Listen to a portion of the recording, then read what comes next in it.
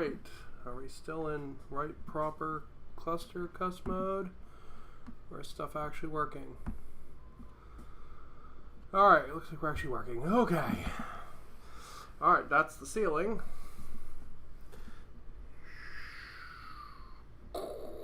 That's the game mat. Whoopah. Okay, let's see if everything's all set up. Am I blocking myself out with the other camera? Like a boss. Let's actually wiggle this a little bit. Okay, not terrible. Alrighty. What are we doing today? Well, this has been Necromunda weekend, I guess, and I have taken today off of work to get some more Necromunda fun in, to try and teach myself how to play it. So I've been looking over this rulebook from the new starter set. And I've moved all my stuff over to try playing with myself in my craft room. So, what do we got on the table?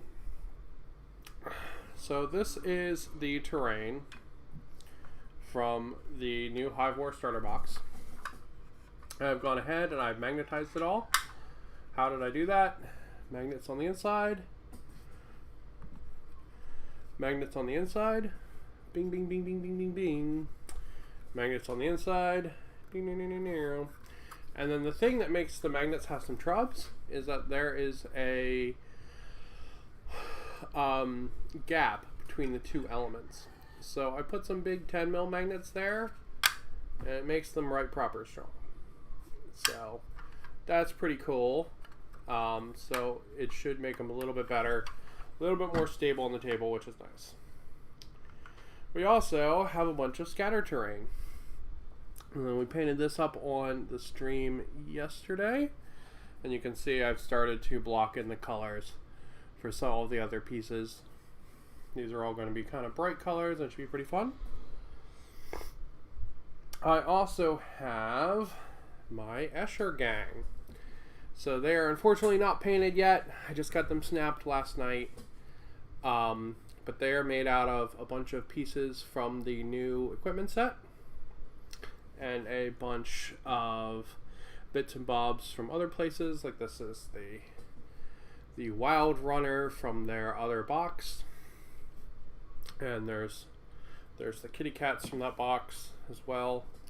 So they're all going to be on the team today because they're just fun. So I've got that Wild Runner, I've got the lady with the auto gun, I've got this lady with this wild cockatoo hair and this shotgun. Her shotgun's from the new accessory set. Lady with dual las pistols, just because I really loved this pose.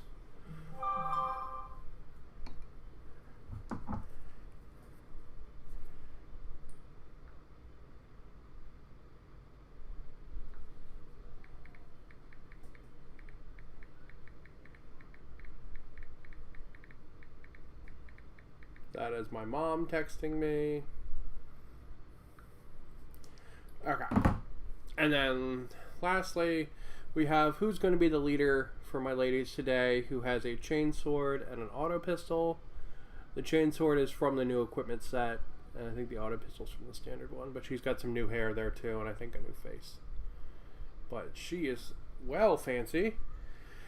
Now it's my ladies. They don't have any names or anything yet. I'm going to figure that out after I paint them. But I have fighter cards for them made from Yak Tribe. So Yak Tribe is an online utility which lets you go and make all your fighters. You can see I also made one for Death Maiden, who I have assembled behind me.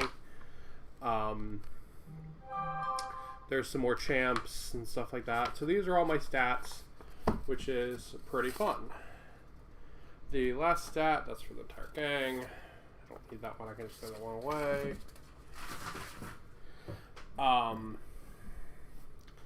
The last stat, right here. Let me check what my mom is saying. She says okay.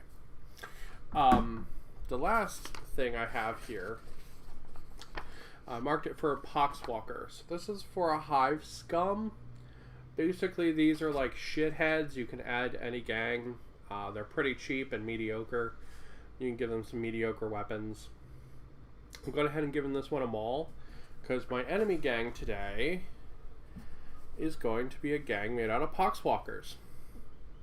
So I have a ton of Pox Walkers because I love Death Guard. And I decided that I'm going to break these guys out. They're going to be the enemy gang today. I figured it would be pretty fitting, you know, to have the ladies go out to try to, you know, cleanse a, you know, an area of infection or something, right? Like, maybe this is one of their like safe houses, and it got infested, and now it's filled with all of these Pox Walker shitheads who are out here, you know. So they got to go out here and clean them out. So what I'm going to do is I'm going to play through a couple of the scenarios. I'll probably do this a couple times today. I'm going to play through a couple of the scenarios in the Hive War starter book. So I've been looking over this book versus the regular rule book. There's a couple differences in rules I found. One is setting up the gangs. So if you look at this here, this is a list of just generic skills. There's none of the whole, like, this is a strength skill, this is a finesse skill, this is a this skill, this is that. There's none of that here. It's all just your guys can take these. And there's no rules for Jews as well. So like the lowest level of the group. They also have limited weapons and stuff. It's not like the full weapon list of what they could take. Which is fine, right? This is intended as like a getting started thing. So honestly, this is perfect for if you're going to start playing, right? Like you can get this, and then when you want to, you can get the book for the specific gang you want to play. Like if you want to play Goliath, you can get House of Chains, etc. Which is pretty cool, right? Like that's pretty good. I've got some special ladies in my group, so we're not going to be following this 100%. I've also got some special weapons like that big autocannon and stuff. So we're not going to be following it 100%. But we are going to play through the scenarios. So let's go and take a look at scenario 1. And we'll check it out. So this is scenario crossing point. Set the battlefield shown up as below. That's kind of boring. I'm not doing that. Oh, okay. I guess we can do it. Let's do it. Is it going to work well on camera? Probably not.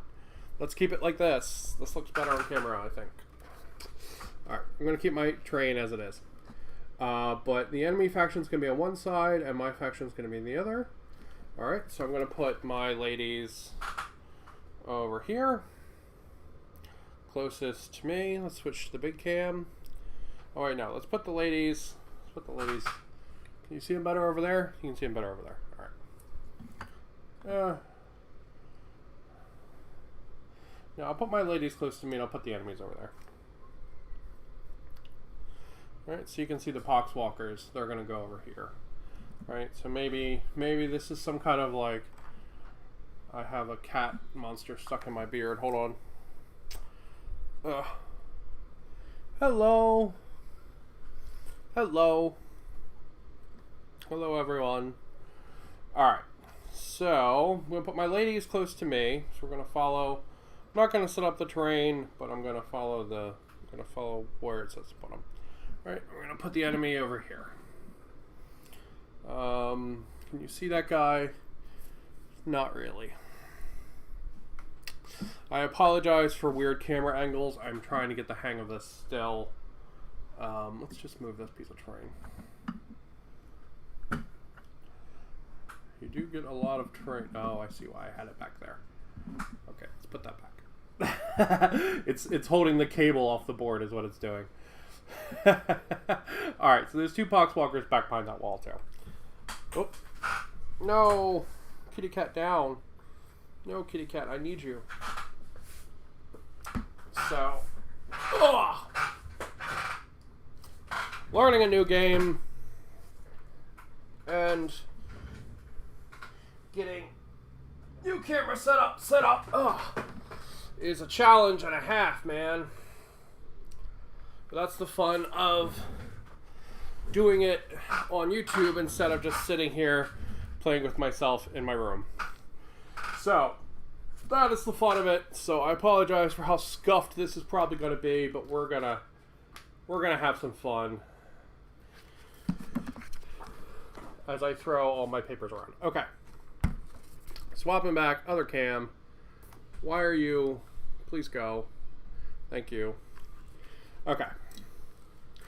So let's see. Crews. Both players uses custom 5 selection.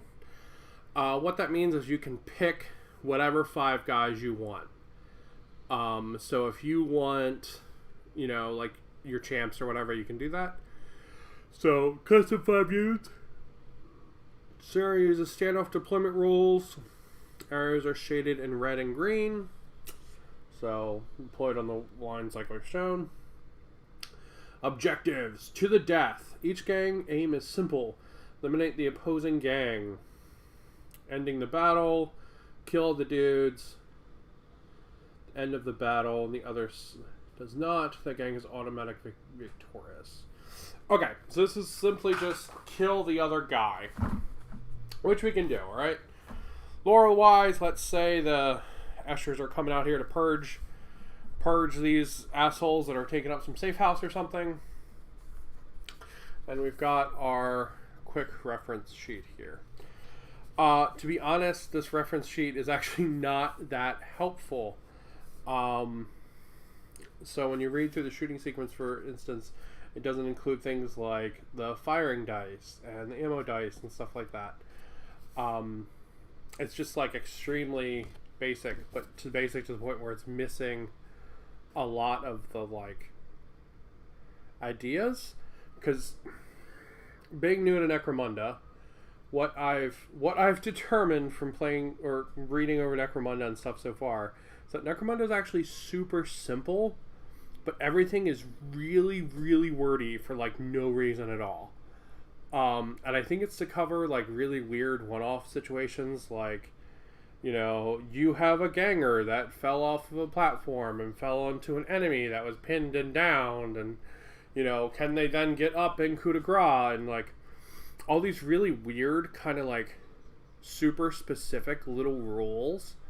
And I think that kind of betrays the game somewhat. I think that level of crunchiness sort of gets in the way of the narrative fun of it. Right, because it's like the campaign system and stuff is really what is like super appealing to this, right? Like the setting and the fact that your guys are going to have wounds and stuff that carry over, and you know you can get different gear and stuff. And there's the rat that looks like it's eating a dick. You know that's sort of the fun of it, right? But so some of these like super wordy things in here, I feel like they betray sort of like the fun kind of spirit. So I say this because I'm sure I'm going to screw some rules up, but that's the point of learning, right? That's the point of doing learning games, especially playing by yourself. So it's pretty cool. All right, so let's go through this priority roll. I'm just going to go first. Ready phase. You ready up everybody. So normally what you do here is you place a token on who's been readied and who has not. I'm not going to worry about that much, but you can do it. Okay, fuck it. Let's follow the rules. Alright, we're going to follow the rules. Let me get tokens out. Alright, let's pop out some tokens. Okay. I'm assuming these are ready tokens. So let's get some ready tokens. Let's see. We'll follow the rules. We'll be good. We'll be good. So I'm sure we'll screw up somewhere else, so we won't screw up here. Alright, so that's what I've got. I need, what, 12? Right? So I've got 6. That should be 12. Alright. Alright, so ready phase. You go ahead and you put a token on each person. Swap to the other cam. You put a token on each person so that when they go, you can take the token. This is very similar to what you do in Kill Team or Star Wars Legion. Super, super simple. This is basically just so you don't have to like mega micromanage who's gone and who hasn't, right? It's so there's an easier glance. Actually, no, the kitty cats activate with that lady, so it's more of like an easier at a glance thing. It's not like super critical role. All right, so action phase. Now I activate fighters. I have priority, and then I go. Then the enemy's gonna go, like that. So how am I going to treat the enemy, right? They put out a single player rule set for this game during COVID. So how it's going to work is they're going to move their distance unless they're within 6 inches, at which point they're going to try to charge. If they are in combat, they're going to attack. Simple as that, nice and easy. This was, I think it's called Hunt for the Ambot. It's basically a single player rule set. It's actually pretty good. It has a nice, easy little logic tree, which I just said. Alright, so I'm going to go, they're going to go, and then we're going to keep going on from that. Okay. Alright. Now the challenge begins. Where did I put all the dice? So, roller from the starter box, and dice from the starter box. Bam Bam Bosh. Actually haven't even got them out of their little baggies yet. There we go. These are the injury dice. We're going to put those off the screen. We're going to put those over there. These are the firepower dice, or something like that they're called. These are your shooting dice, basically. I don't know what that one is. Or that one. Alright, we'll figure those out as we go. That's the point of playing a scuffed game like this. Alright, we can figure it out together and have some fun. Oh! Playing with our toys. Because we're adults. Yeah.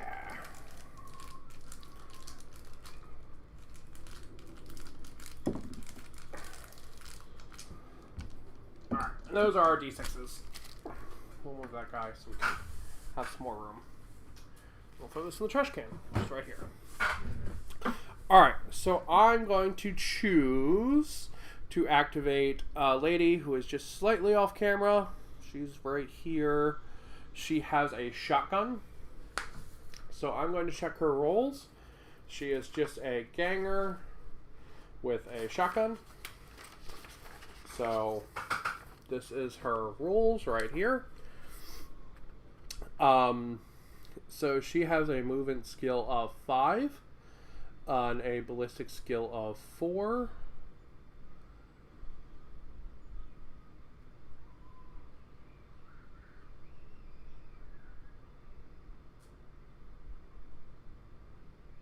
Sorry, it just occurred to me I don't actually know what range her gun shoots at. I think that might be the L. Let us check the rule book. To the rule book. General principles. How do I tell the range of a gun? Range is RNG. Short and long range. Okay, I see. Alright, so let's take a look at this again. Okay, so this is range, and this is accuracy.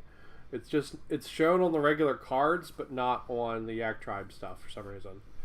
So this 4 is her short range, this 8 is her long range, and this is the accuracy modifier she gets when shooting at those distances. So that's pretty cool. So that's actually super, super nice that that's all here. It just, I didn't know what those were because they weren't marked. But again, they're on the real cards. They're just not on the Yak Tribe one. Alright, so she's got a move of 5. So let's just do a double move with her. Nice and simple, right? So she's going to move once. We're going to measure it out. And then she's going to move again and get behind this wall here. It's nice and simple. She now lives behind that wall. And she'll take her token with her and we'll flip it over because she is done. Alright, now the enemy is going to get to go. Let's check their stats. They are Hive Scum. They are Hive Scum with a move of 5. Alright, so let's move one of these suckers. Let's activate the guy. Can he get within 6 of her? Well, charge is a double action, so he's not going to be able to do it either way. So he's going to... We're just going to have him come walk up. Kitty cats keep getting stuck in my beard, which makes it very frustrating that they're right in front of me. Ah. Ah. My beard is filled with little plastic kitty cats. Alright. Pox Walker moved up. Let's... Let's get lady slightly off the board, which is a little annoying. Let's go ahead and let's... Whoop. See, team, this is why you do kind of learny games at home, because then you can get the hang of stuff. Alright, so we're going to do the same thing. We're going to move our heavy weapons lady up. She's not going to be able to shoot because she moved, I believe. But let's double check that. Alright, so let's go into the rule book. Again, lots of back and forth here. We're figuring it out. Into the rule book. And what we're going to do is we're going to look up the weapon modifiers. Or the weapon traits. Combi, Blaze, Blast, Backstab, Gas, Entangle, Grenade. Please tell me you have all of them, not just the stuff in the book. Limited, Melta, Parry, Plentiful, Power, Rad. Okay, Rapid Fire. That one we're going to need in a minute. And then, isn't there one for, like, heavy? Unwieldy. Okay, that's the one we got to check. Shoot action made with this weapon counts as a double action as opposed to a single action. The weapon with both unwieldy and melee traits in close combat cannot use a second weapon at the same time. Alright, so let's, I think her rolls have unwieldy. Let's double check. She is champ number 1. Yep, so it is an unwieldy gun. So she's not going to be able to shoot it after moving. So because of that, let's actually move her into an even better spot. So that she doesn't get charged by these shitheads. Let's move her back a little bit with her second action. Alright. And that's her spent.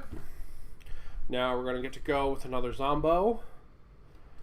Again, they can't really get within charge range, right? Because they're... Yeah. So we're going to just move up again with the Zombo. Bleh. Now, this is a strange thing about any board game. And it is the concept of engagement range. So basically what that means is you can't have two models. Oh, I didn't change camera. I apologize. You can't have two models within an inch of each other if they aren't engaged. So like you can't have them walk within an inch. They have to technically charge within an inch to get into combat.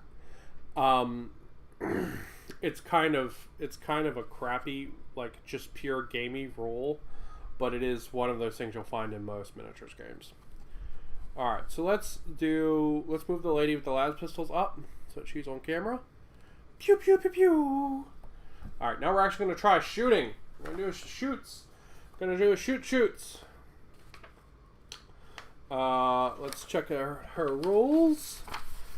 Let's see. She has 2 las pistols. So she is within 8 inches, so she has that short range. So she's going to gain a +1 to her hit. Alright.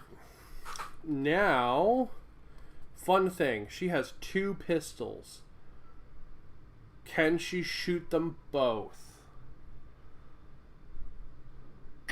To the rule book. This probably seems like a lot of back and forth, and you have this in anytime you have a new game. But we'll figure it out. Characteristic, ballistic, strength, attacks, ammo, traits. Firepower, shoot, blaze. The rules. Alright, group activations. We're not going to do any of those this time, just to make it nice and simple. 1 inch rule. That's the thing I just talked about, where you can't come within an inch of each other. Alright, shooting. Clear the shot, check the range. I should have checked the range before I shot. Oh well. Or I should have shot before I checked the range. Let's see.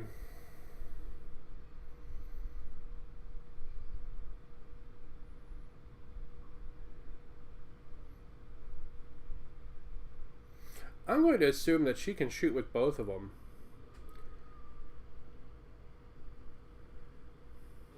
Yeah, that makes sense. Oh, I'm sorry, the book's not on camera. I thought it was. New camera setup is a little bit of a challenge. Okay, so blah blah blah blah blah blah blah. Let's go check the other section in shooting. Locked doors. It's got to be something like. Oh, let's go check sidearm. Maybe it's a weapon trait thing. Weapon traits.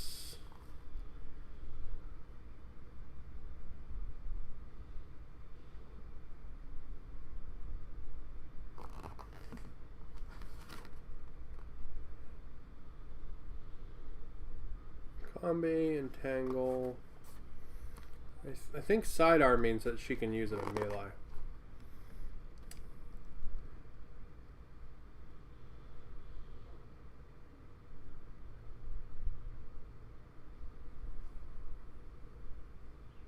Yeah, it means she can use it in melee. Alright, so I'm going to assume she can attack with both pistols, because that makes sense to me. I think there was something called all guns blazing. I remember saying, which was you can attack with both weapons, but you make a -1 or something like that. We'll figure it out. Inflict damage. Make a save roll. Hello! Inflict damage. Armor penetration. Resolve hits. Blah, blah, blah, blah, blah, blah, blah. Pick targets. I know I saw the all guns blazing thing.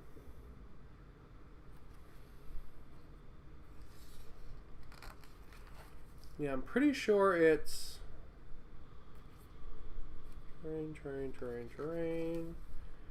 1 inch roll, broken, fighters, movement.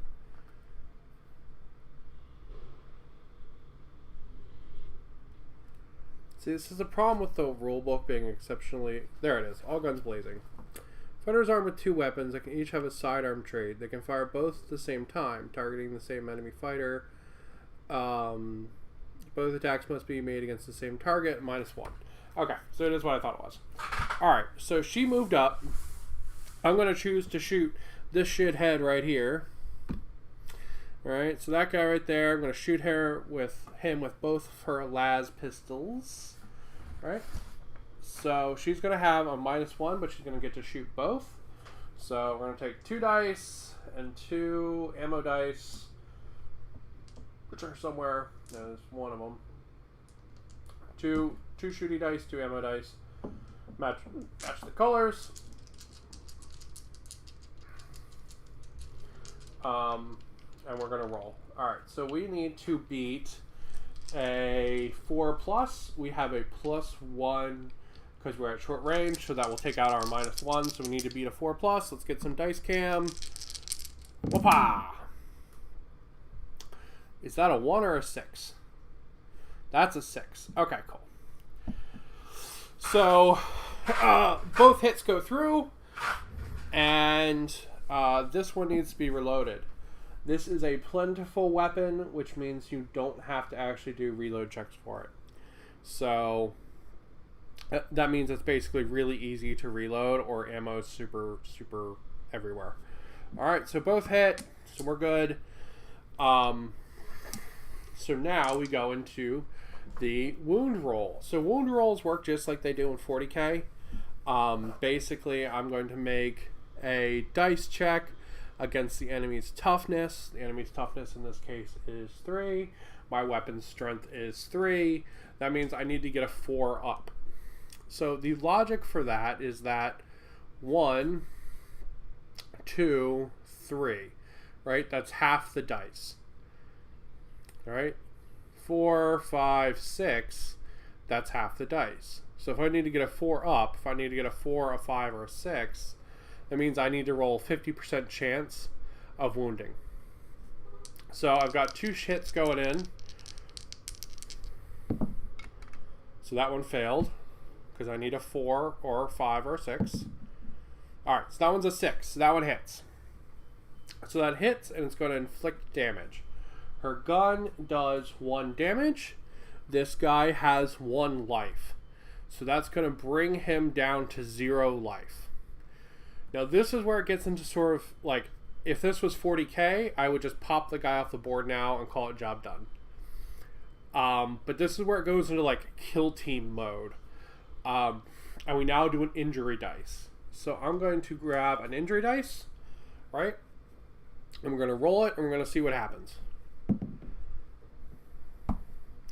Alright, so that is a serious injury.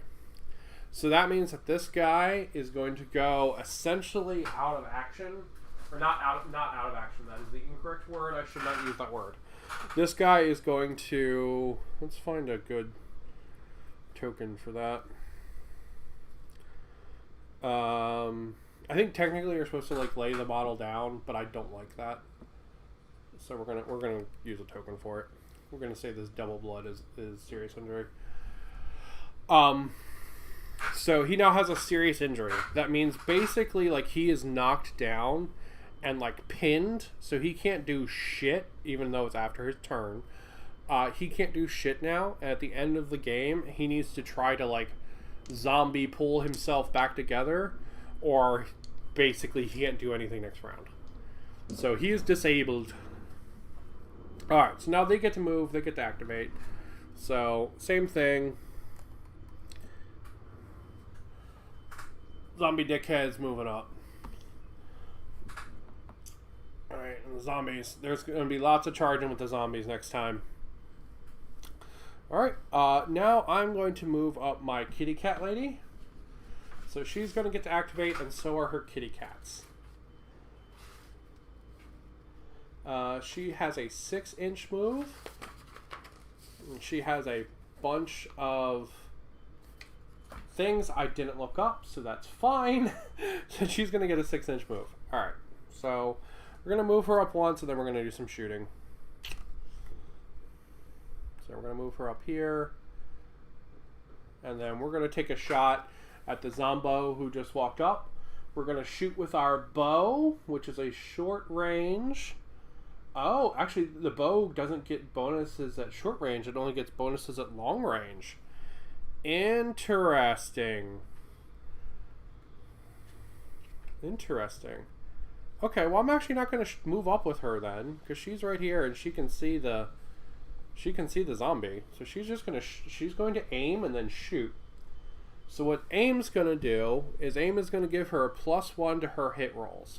All right, this is a standard simple action that you can take, or no, it's a basic action that you can take, and it's basically just going to give her a +1 to her hits. So she's just slightly off the camera, just here, because bad camera angle. Yeah, so no. Okay. I thought I might have had one that was just the fancy cam, but I guess I don't. Okay, so she's going to shoot. She's going to get a +1. So she's going to fire with... I also need an ammo dice, right? So her ballistic skill is 4+, so she's going to need a 3. Because is she over 9? Yeah, let's say she is. Alright, so she's also going to need a +1 to that because of the range. So she's going to need a 2+ to hit the Zombo. She gets a 4. That's not an ammo symbol, so we're good. So it hits the Zombo. Let's see if it wounds the Zombo. It is Strength 3 versus Toughness 3, so 4 up again. That's a 6, so it wounds the Zombo. Just like last time, we're going to roll an injury dice for him in kill team mode, and he's also going to have a serious injury.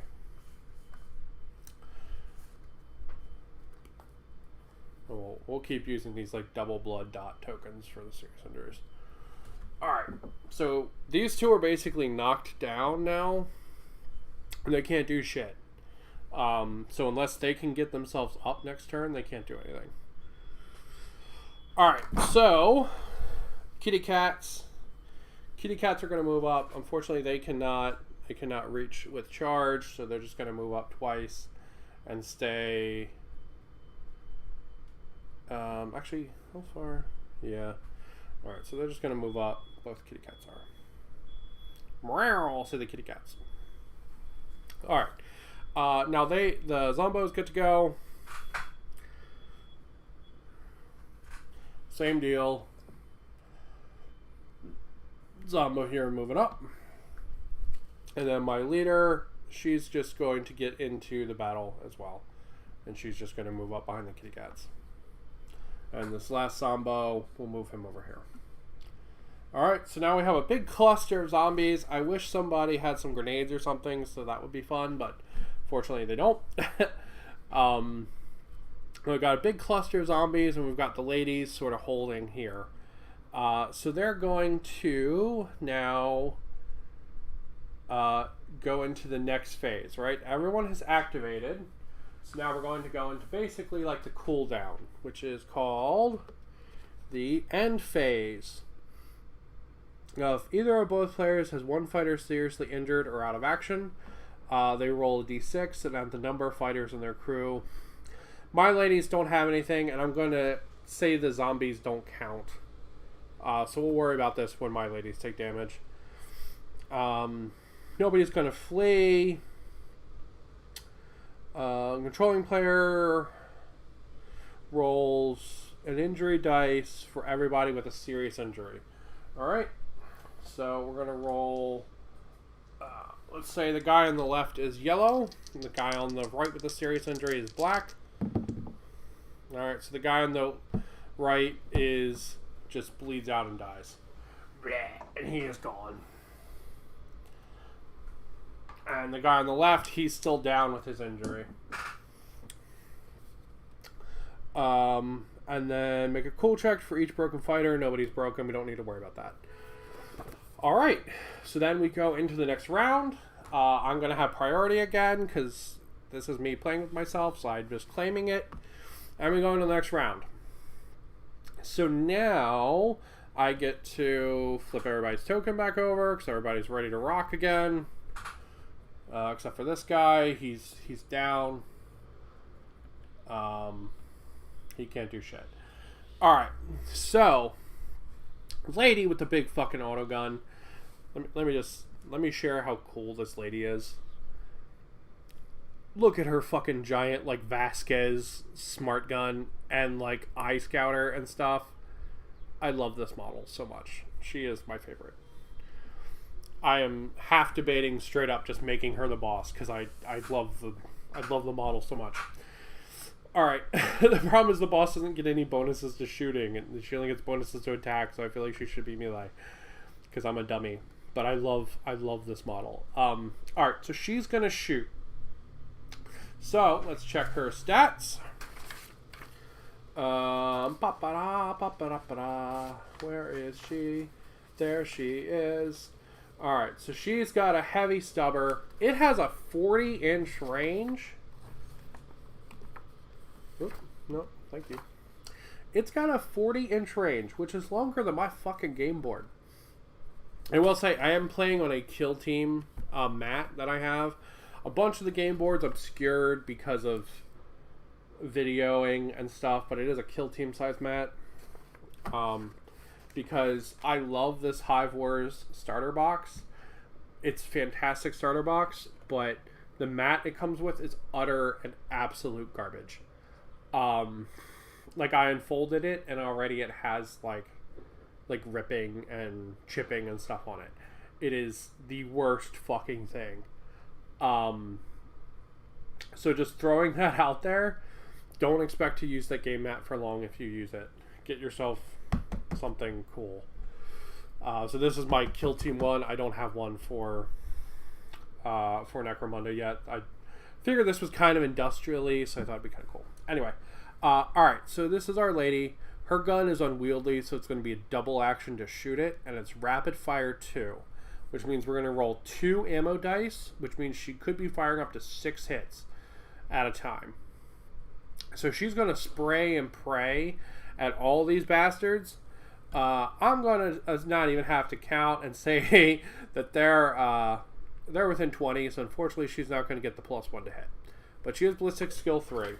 So let's roll a dice and 2 shoot 'em dice.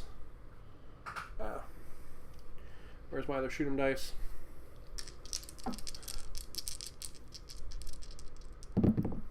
Alright.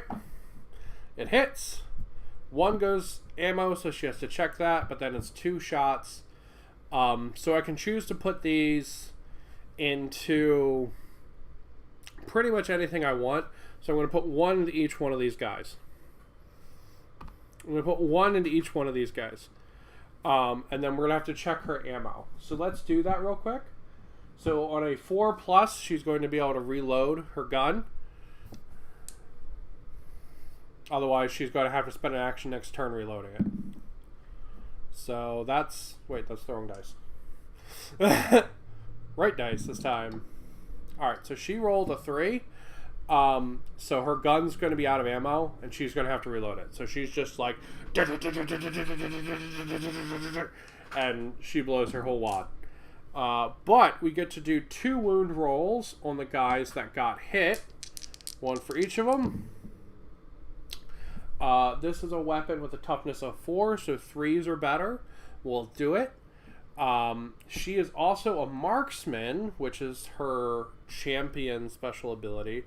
So her shot's going to do double damage because she rolled a 6. So this is where the crunchiness of the rolls gets fun.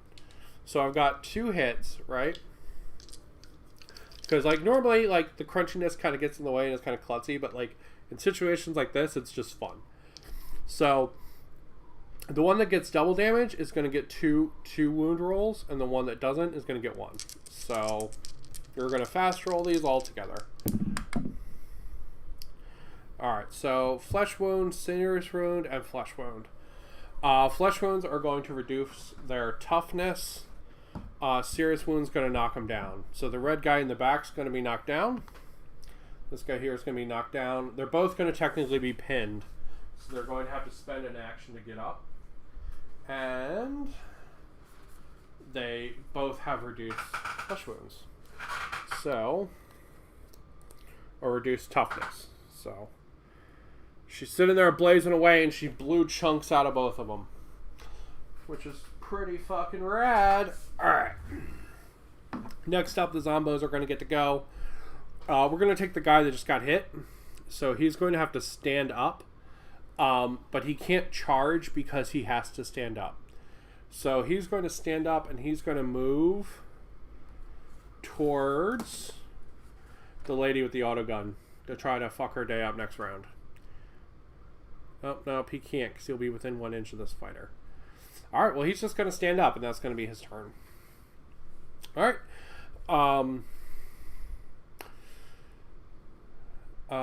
Let's see. Alright, let's do the lady with the shotgun now.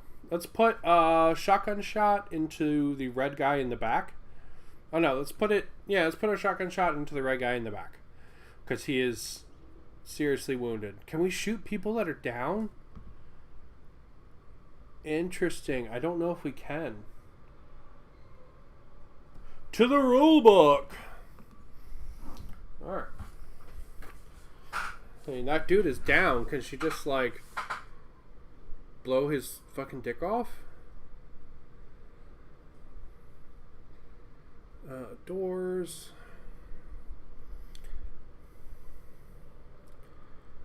Those are all the actions.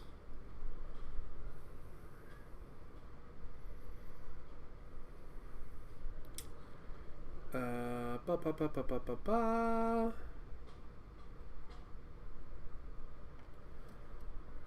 1-inch roll, moving directly towards fighters. Ductways, stepping up structures, difficult terrain, shooting.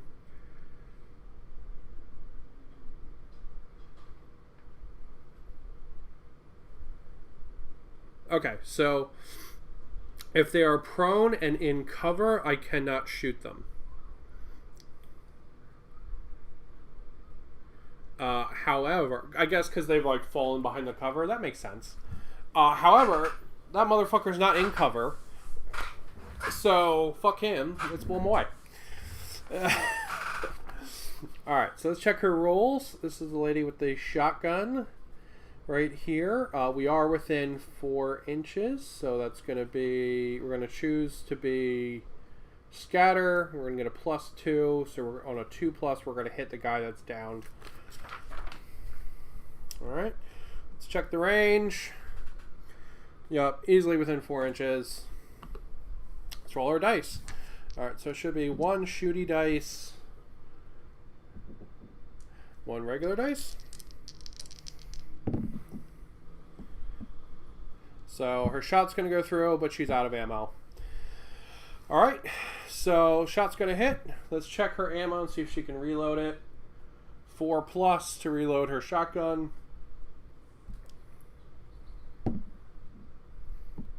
That's the wrong dice again. I keep rolling the ammo dice to see if it's a reload. Alright, so she's going to be out of ammo as well. So she'll have to try to reload it as her next action. Alright, so see our dice. This guy has reduced toughness.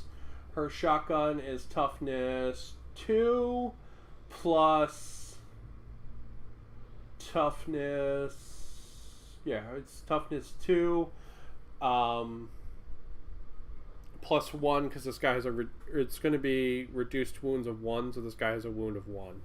So, or no, she's shooting the red guy, so he's got a wound of 1.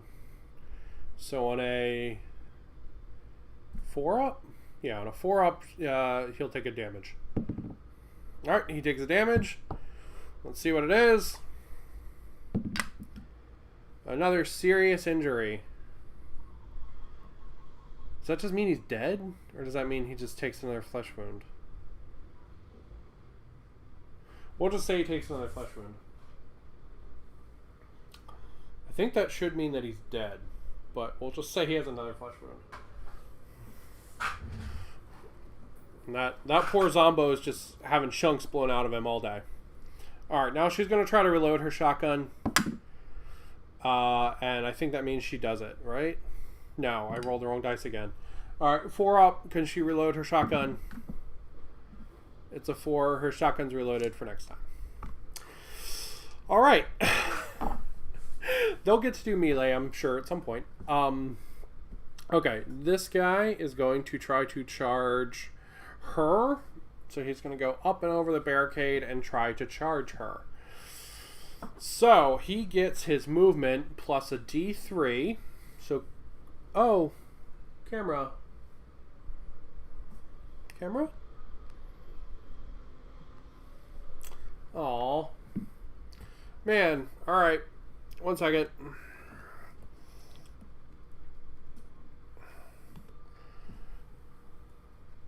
My camera has apparently run out of juice. The other one has. Shame. Alright, let me step up and turn that off real quick. So we'll swap angles for this one. This is how we did all the Legion streams. I was just trying to use the fancy cam. Alright. So, there we go. Apologize for wiggly camera. We're figuring out. Alright, she reloaded. Okay, so this guy's going to try to charge her. He's going to get his movement, which is 5, plus a d3, which is 2, because it's 1, 2, that's 1, 3, 4, that's 2, 5, 6, that's 3. Alright, but he's going to more than make it, so he's going to charge. So now we get to see how melee combat works. So let's check out the handy dandy McHanderson here. Oh, there's facings. Crap. Okay, we'll play with facings next time. I'm just going to pretend they don't exist this time. Turn to face the direction. Doing so reduces the result of any hit roll by 1. Pick weapons. This guy has a maul.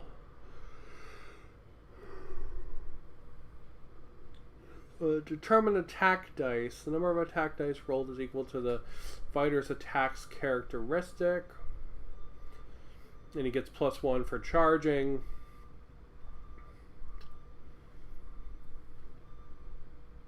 Because I'm assuming you get to attack when you charge. Because that makes sense.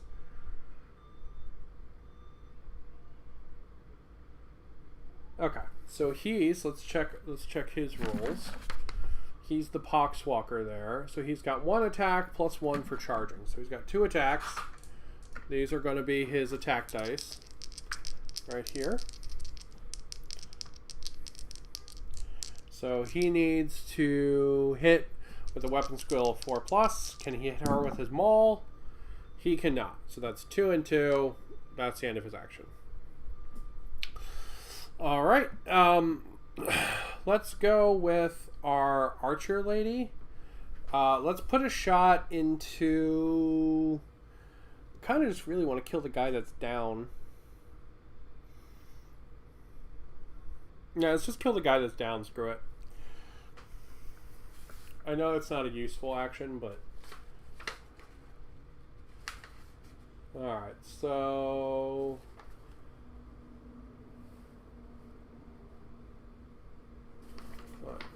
4 plus 2 hit. No, let's aim, so +1. Oh, doesn't miss it. It misses anyway. So that's her being done. Now let's move the kitty cats up. Kitty cat number 1 is going to charge into this jerko. There we go. Fuck. Where's the... Okay. Kitty cat number 1 moves 6 inches plus D3. He's going to make it easily. We'll say he charges over here. And then kitty cat number 1 has 2 attacks.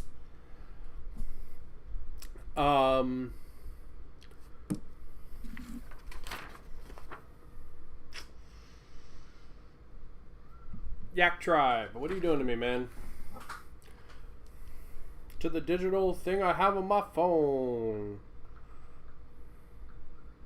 Apparently Yak Tribe does not give the kitty cat stats. And apparently you cannot pick weapons for them. Alright, so let's check the phone.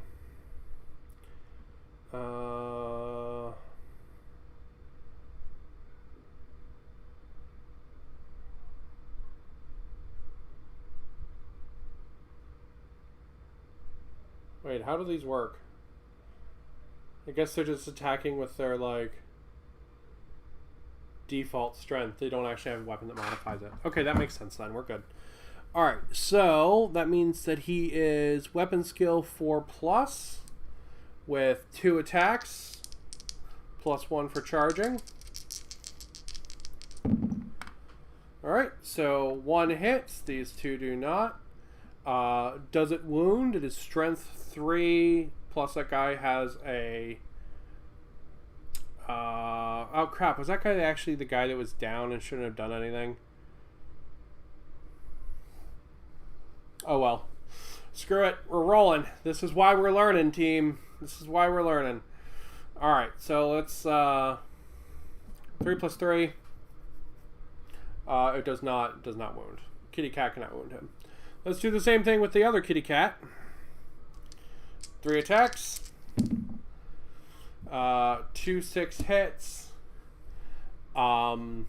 Kitty cats are actually supposed to gain toxin when they have 6s. So let's see what toxin does. It should be back here in weapon traits.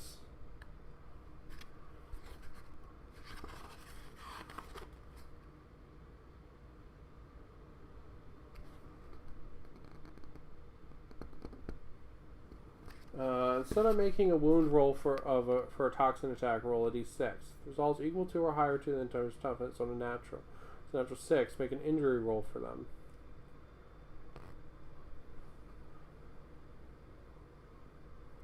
Okay, so I need to roll above a 3. Well, doesn't matter either way. Alright, so now some more zombos get to go. This zombo is going to charge this kitty cat. Blurb.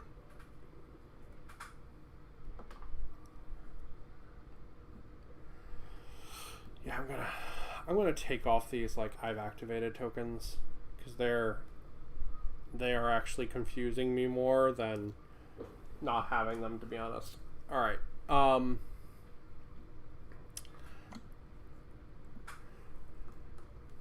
Okay, that zombo is gonna attack. The zombos have 2 attacks. He's gonna hit the kitty cat because he's a jerk. Wow, double 6s. Okay, he definitely hits the kitty cat. Does he wound the kitty cat?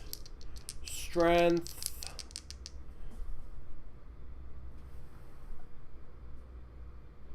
Strength S. I guess it just must mean user.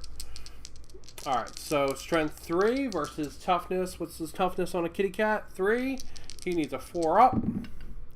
Up. 1 hit on the kitty cat because he's a jerk. Kitty cat's got 1 wound, so kitty cat's gonna have to make a wound roll. Wow, what a fucking ass. Man, he killed the kitty cat. Oh, evil zombie, dude. Well, he needs to die now. So boss lady with her auto pistol and chainsword, she's gonna charge him because I can't believe he killed that kitty cat. Fucking dick. Alright.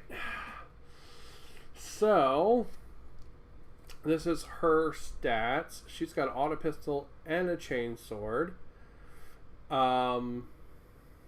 She has 3 attacks. She's going to charge this guy, which she's easily going to make because he's within her movement range anyway. That's going to give her 4 attacks. I'm going to put 3 of them into the chainsword and 1 of them into the auto pistol. So let's do the auto pistol first. So the auto pistol gets a rapid fire thing, and it needs to be 3+. All right, so 3+, and it's 2 shots, 2 wounding hits going in.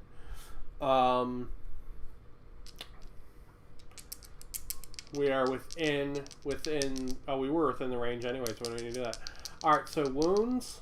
2 wounds. So 3 versus 3, both wound. All right, so he needs to try, and so that means he takes wounds now. So 2 wounds, dice.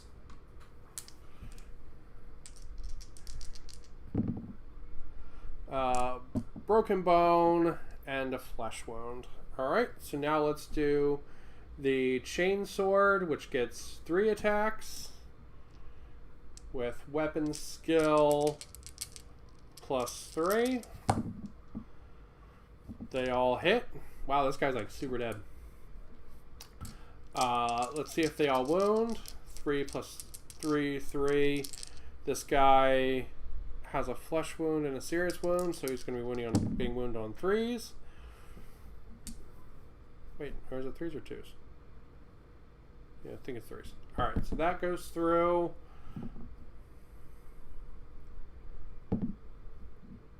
Another flesh wound. Man, she's just over there carving chunks out this dude.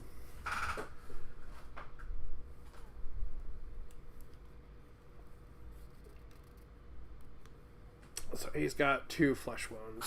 This guy's got 2 flesh wounds. Not a whole lot left of those zombos. Alright.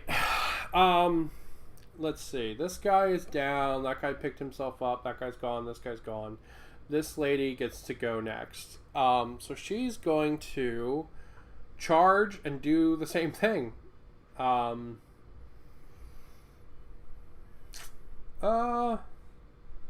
Let's actually just have her shoot, just straight up, I think. No, we'll have her charge. So then she can also punch if it doesn't work. So she's going to charge this guy, clearly within range. Don't even need to roll. She's got 2 pistols. So she's going to have 2 attacks. So she's going to shoot once with each pistol. So let's see if she hits. On a 3+. She hits 1 time. Does she wound? She needs a 2 up for this. She wounds. What does he take? It would be a flesh wound, so he is dead. Blah.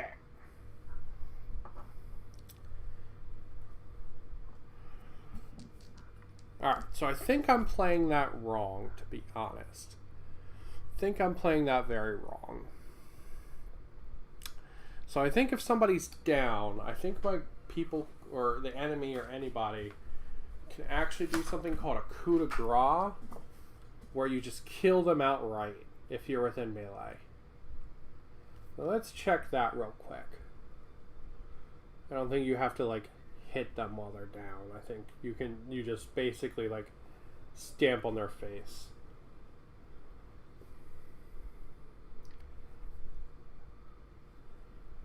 Alright, there's a thing on seriously injured. Very vulnerable also the status, being susceptible to enemy attacks and unable to defend themselves. Alright, that's not helpful.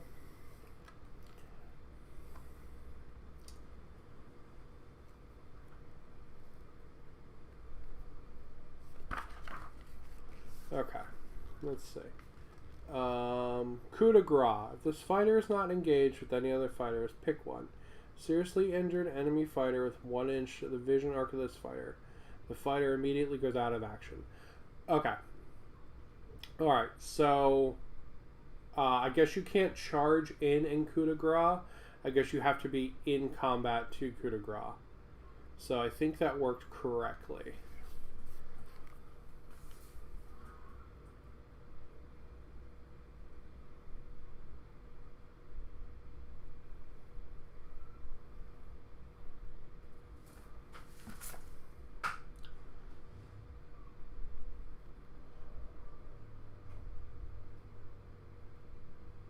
Okay. Alright. I'm screwing up some other stuff, but we'll figure it out. Okay. So this then goes into the 3rd turn right there, right?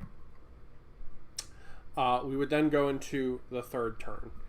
So, since I'm messing some stuff up, let's simplify this a little bit and just try running through...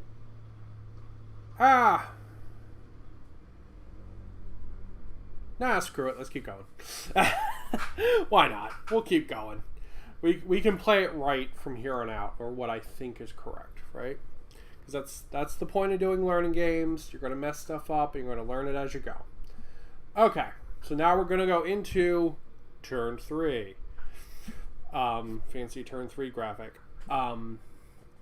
Okay, turn 3. I'm going to have priority because I'm just playing against the bots and I'm not going to roll for it.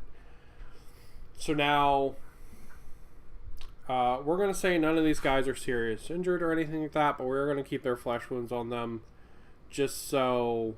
Okay. Just so we can keep track of what's going on.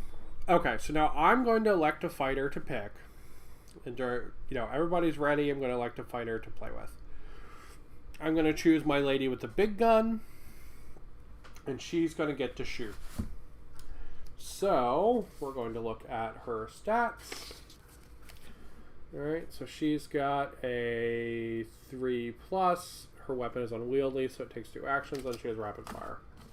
So, we're going to roll 1 dice. And I apologize for going through this like super simple again, but I'm trying to...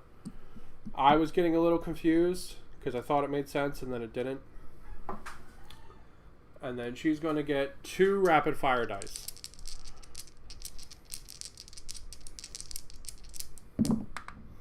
Alright, so she misses, and it doesn't matter because the shots are wide anyway, because she missed.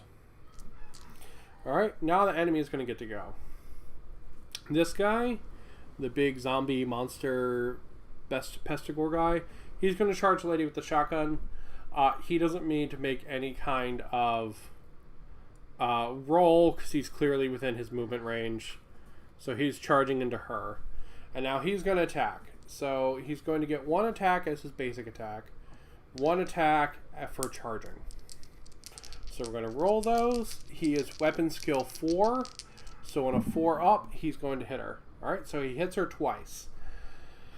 Now he's going to see if he wounds her. So he's strength 3 versus toughness 3. On a 4 up, he'll wound.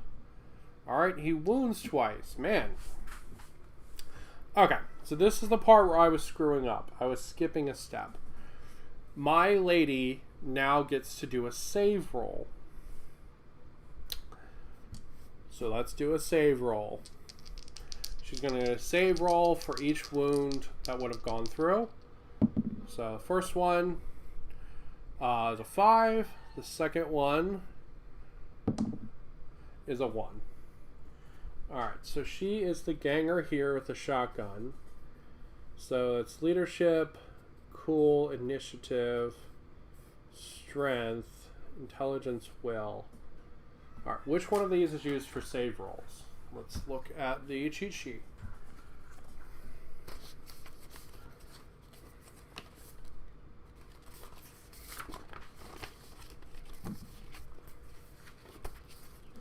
Alright. Opponent, if the attack causes a wound or leads to an injury roll being made against the target may be able to make an armor save. If your wound is rollable before the wound is removed from the fighter, in which case the wound is saved and not removed. Damage a blank can cause an injury. Okay, well, how do I do a save roll? Alright, gotta go to the roll book. The cheat sheet did not help us there. So it should be under, I'm assuming, the combat phase. Close combat. Clear targets, make hit rolls.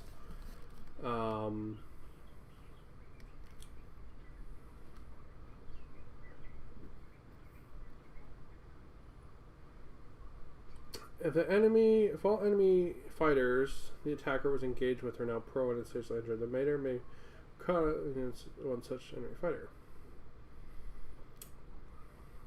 Oh, interesting. Okay. So you get a free Coup De Gras if you knock them down and there's no one else in combat with you.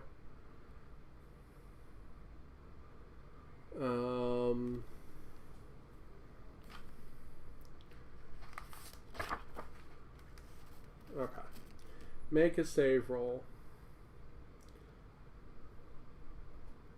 You make 1 roll for each thing that would cause you to lose a wound.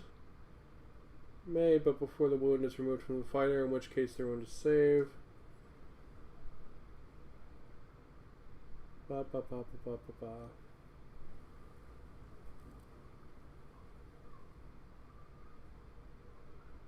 Okay, so what statistic do I use for save rolls?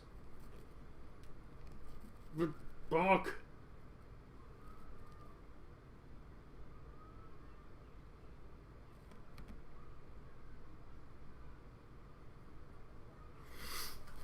So That's the thing, right? Like, the rules are very simple in this game, but it is very weirdly crunchy, and it gets in the way. Like, it just, like, right here, it could just tell me what statistic.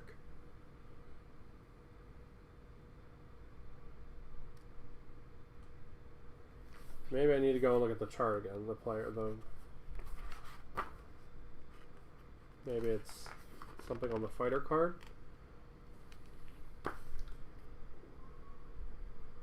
On to make your characters to check. Ballistic skills made by the fighter with the ranged weapon. Character's change remains as follows. Roll d6. The result is equal to or higher the characteristic. Leadership, cool willpower. Roll 2d6. Okay.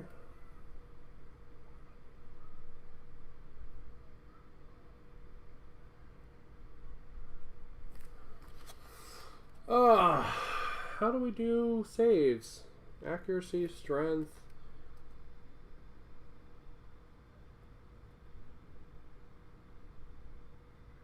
Attacks, wounds, initiative.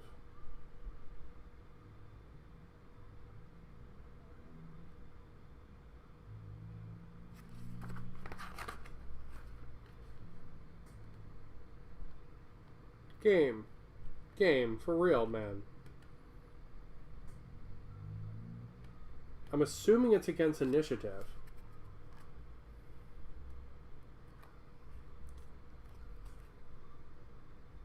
Alright, we're going to say it's against initiative. I think that's what it's against. I think that's what the save is used against.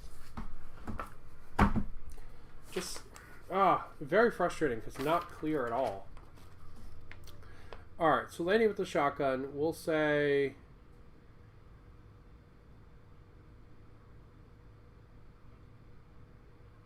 Yeah, but that gives her like a 3-up wound shrug. That feels wrong.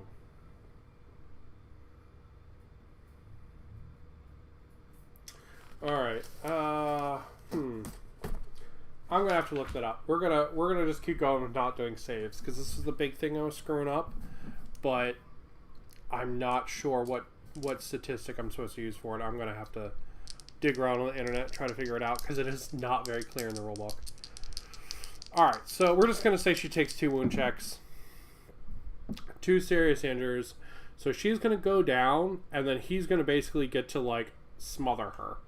So he's going to free Coup De Gras her, and then he's going to get to consolidate. So what that means is he's going to get to do this. And move up and get within contact to another fighter. So he's going to be able to move 3 inches towards another fighter. In this case, the kitty cat here. So, that's him being done. That's her being done. Let's go ahead and let's do the kitty cat. So, he's going to get his 2 attacks, and they're going to go into this guy here. That's wrong dice. Right. So, he is weapon skill 4+. So neither of those are going to hit.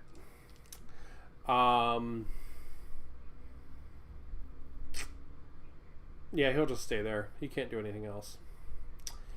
Alright, so now they're going to get to fight. So let's say this guy fights the kitty cat.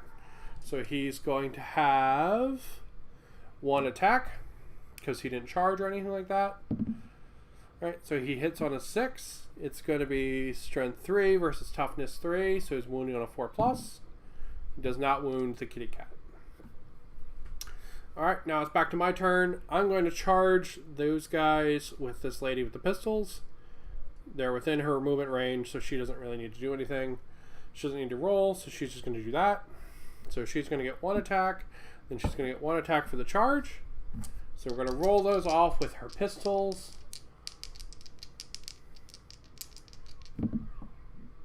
Alright, 1 misses, 1 hits. So we're going to do a wound roll for that. So that's 3 versus, I think that guy has a flesh wound, so 3 versus 2, so 3 ups. Alright, so she gets a 6. So now he's going to take an injury roll. And he's going to have another flesh wound, bringing him to 2. And he's pinned and knocked down and all that stuff now. And now, enemy is going to get to go. So we're going to say this guy gets to go. So he's going to try charging the leader here. Let's check his movement. Yep, he has more than enough to charge in like that. And now he's going to get 2 attacks.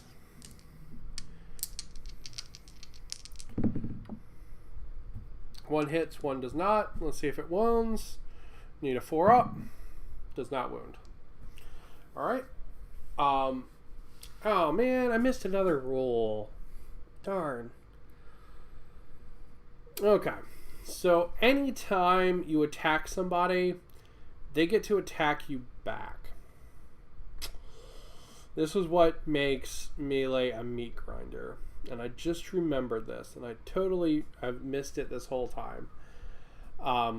Because really, these characters in melee should be dicing each other up way faster than they happen.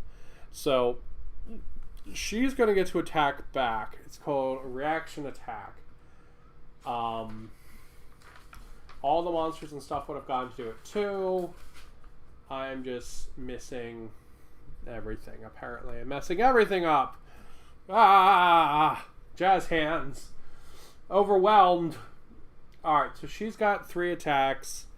We're going to do 1 with the pistol. And 3 with the chainsword.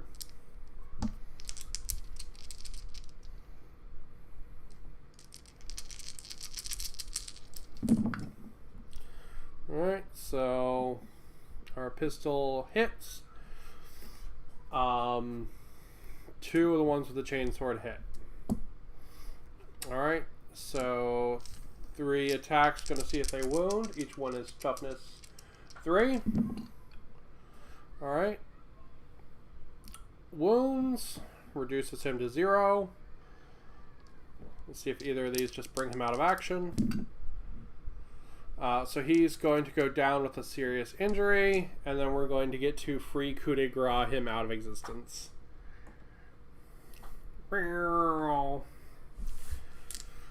Alright. Which means she now gets to go. So she's going to charge in here. So she's going to get 4 attacks now. 3 with her chainsword, 1 with her pistol. Going into the guy right here.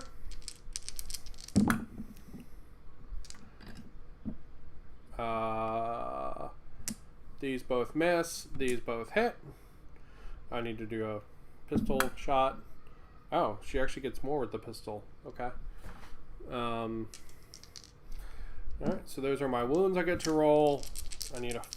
This guy has 2 flesh wounds, so I need a 2 up. Really? 2 1s? What is this? What is this? Alright. 2 go through, so he's going to roll 2 dice. Bring him to another flesh wound, which is going to take him off the board. So you just reduced my flesh wounds. Okay. And now, in theory, this lady would get to move and shoot, and that would be it. Okay, so let's clear the board a little, and let's walk through this combat. Just so I have a better understanding of how it goes. Alright, so let me move some of this terrain. This is the point of a learning game. So let's say our leader here. She's nice and easy. Alright. And then let's say this guy here, right? Now, when it becomes her turn, there's a bunch of stuff she can do. Alright, so if we go... Are they on the camera nicely? Or are they off the camera? They're kind of on the camera.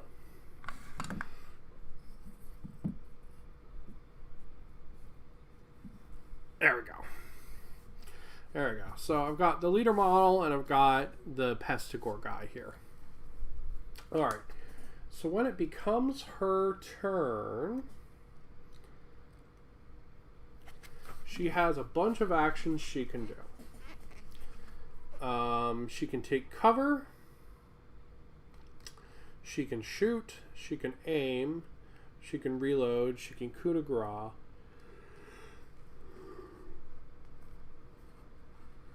She could carry loot and stuff like that if she wanted to, but she doesn't need to.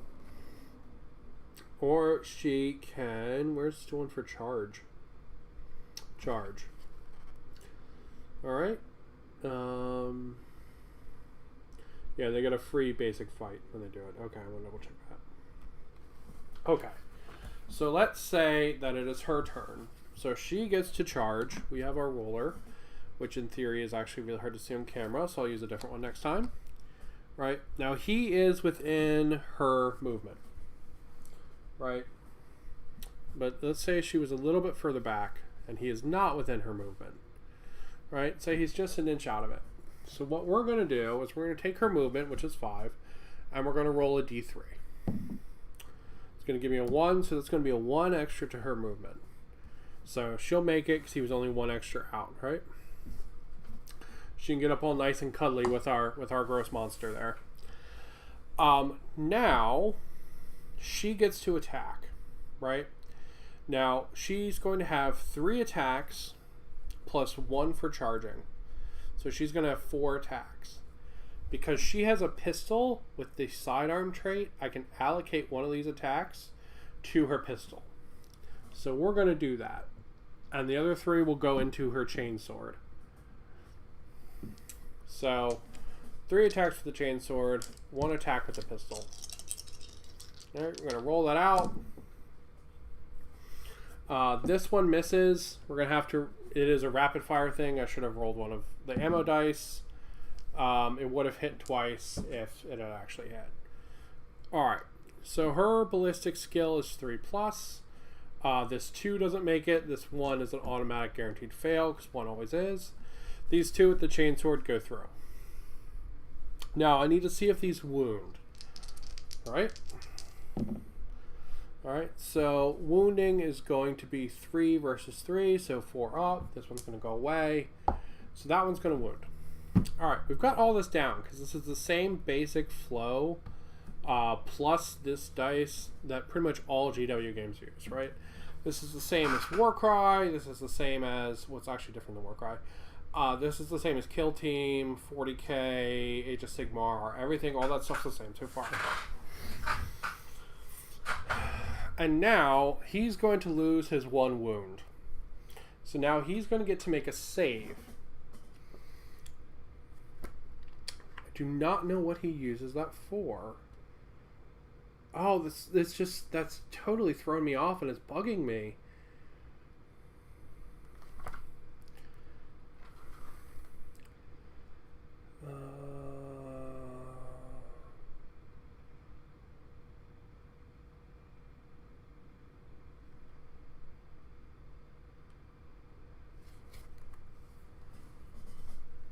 Scatter dice, modifying rolls, line of sight, behind terrain.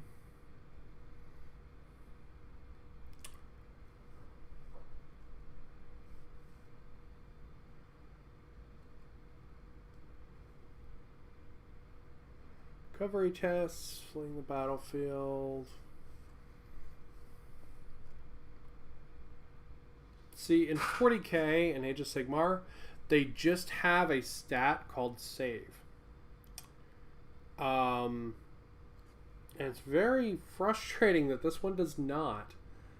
I think it's supposed to be initiative.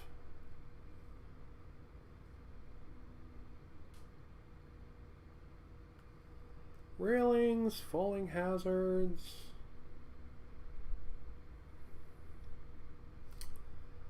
Alright. Okay, stop. Thank you. Stray shots, flame power. Yeah, we got all that. Close combat.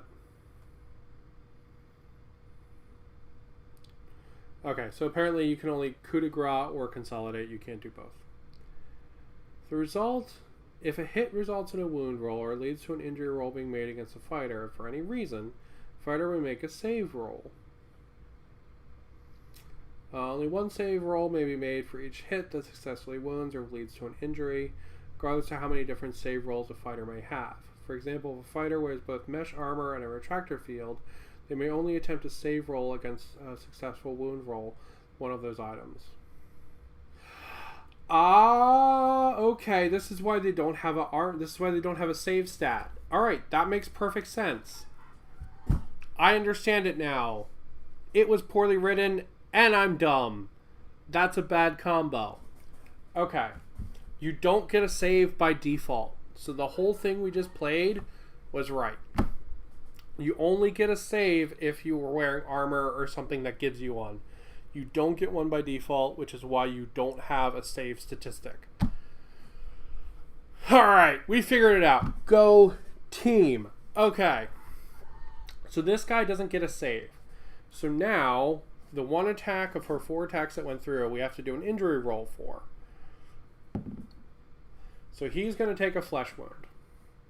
And what that's going to do is that's going to reduce his toughness. So next time we do a fight or whatever, his toughness is going to be lower, so it's going to be easier to hurt him, right? In theory, she like chainsawed some piece off of him or something, and now he's got like exposed bits that are easier to wound, something like that. Okay, now I understand. We are Gucci. I got this. Go team. Okay. Sweet. Okay, so now he's going to get to attack back. He didn't charge, so he's only going to get his one attack. One attack, going out. He has weapon skill 4+. He hits on a 5. He is strength 3 versus toughness 3. He wounds on a 6. She doesn't get a save either, because she doesn't have armor. This is just telling me I need to give my girls armor. She's going to go down with a serious injury. Blah. No! Alright. Now she's down with a serious injury. And this guy has no other enemy fighters engaged with him. So that means he's going to basically just get to stomp on her neck for free. So she's wounded, and he's basically just going to crush her with a free coup de gras that he gets to make. Alright? So that's the basic for melee. So I got that, 100%. Let's run through shooting again and see if it makes sense. Alright, this is our heavy weapons lady. I fucking love this model so much. I think I've said that like 10 times during this. Alright, this is our heavy weapons lady. Let's say it's her turn. So she's going to get to roll 1 dice to see if she hits. And then she's going to get to roll 2 shooting dice. That's a scatter dice. She's going to get to roll 2 shooting dice. Right? Because she has a rapid fire 2 gun. Let's roll that out. So her ballistic skill is 3+, so she rolled a 4, so that's good. So it hits. And then the 2 rapid fire dice are going to tell us how many shots she actually fired out of her gun when she was like... Right, so we've got 3, we've got 1. Neither of these are an ammo check, so she's not going to run out of ammo after the shot. So, 4 shots, 4 wounds.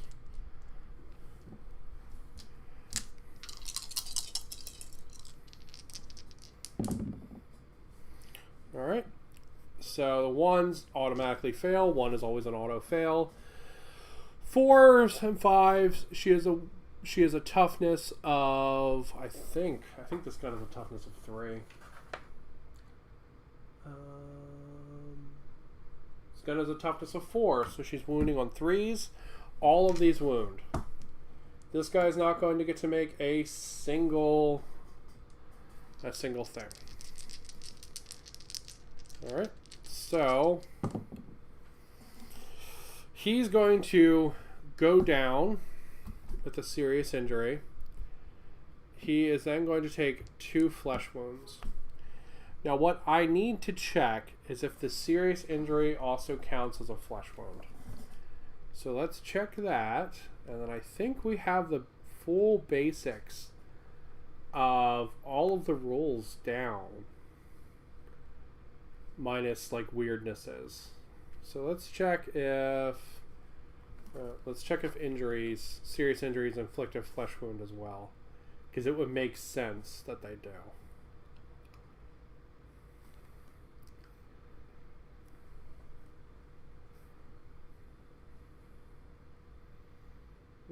Climbing structures. Probable shots. Inflict damage. Okay. Flash is flown and face down. They may successfully recover in end phase. If this injury is inflicted in close combat, they are vulnerable to a Coup De Gras.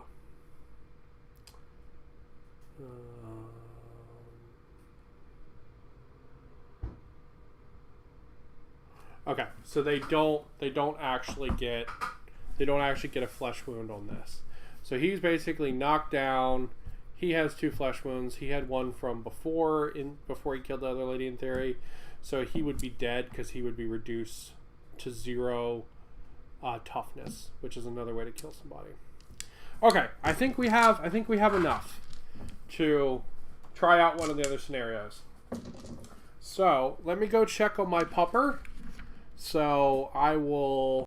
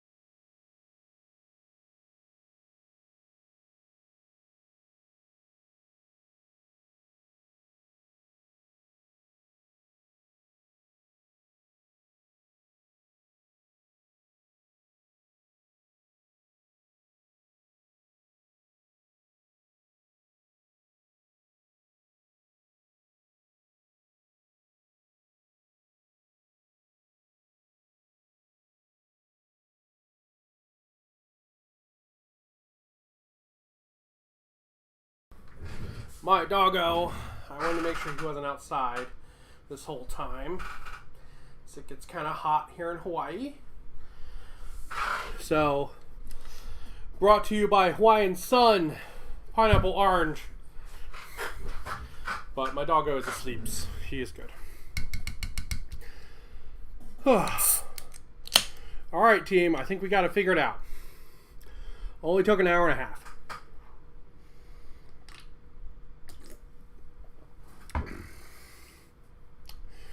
Alright, let's look at the other scenarios.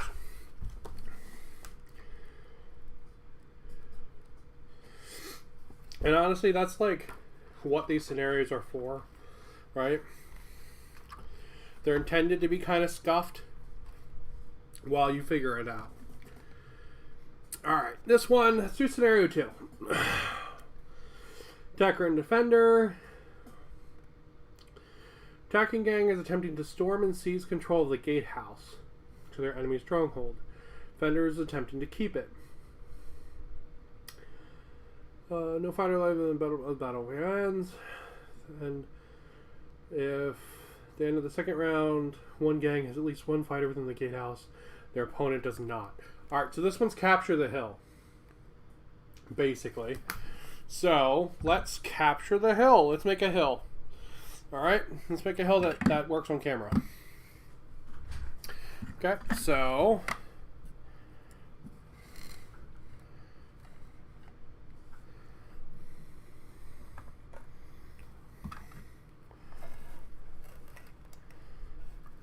alright, we'll say this area here. We'll say that's the gatehouse. And we'll say this is the thing that's going to block line of sight, so we can't just blow the enemy apart as they come in. Alright, so we're going to say that's there. And that one stays there to hold the cord. And then we'll put some scatter here and there in the way. And it should give us a nice little alley to fight through. Yeah. So we have a nice, like, clear battle line. Alright. So the ladies, they're going to deploy up here. And we'll keep the lady with her cats. Why not? The cats are cool. Even if she's a little weird to play. Alright, so ladies are going to deploy up here. And the monsters are going to deploy up behind this thing so they don't just get shot apart. So the zombies are coming to storm the base. And the heroic cockatiel-haired ladies have to defend it. Okay. Alright. That's pretty much it. Nice and easy setup. We're good to rock. Alright. We got this down. We're good, fam. Okay. Let's get some ladies in the guardhouse, and then let's get some ladies out here to fight. So, round one. I get to go first. Everybody readies up. Magical ready energy all up in here. And now I get to pick a lady to go. So I'm going to pick my shotgun lady. She's got a 5-inch move, so she's going to move twice to get up behind this piece of cover right here. Boom. Right?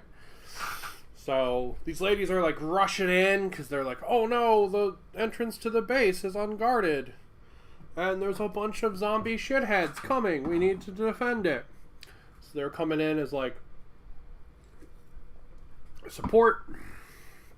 And they are good. Alright. This Zombo, he's got 2 5-inch moves. He's just going to run in as far as he can. Which is going to be right here. Same thing. Just going to run in as far as we can with my boss to intercept. Another Zombo is going to do the same thing. Nice flexi roller here. Came from the starter box. Right, we're going to get a nice little scrap right off the bat.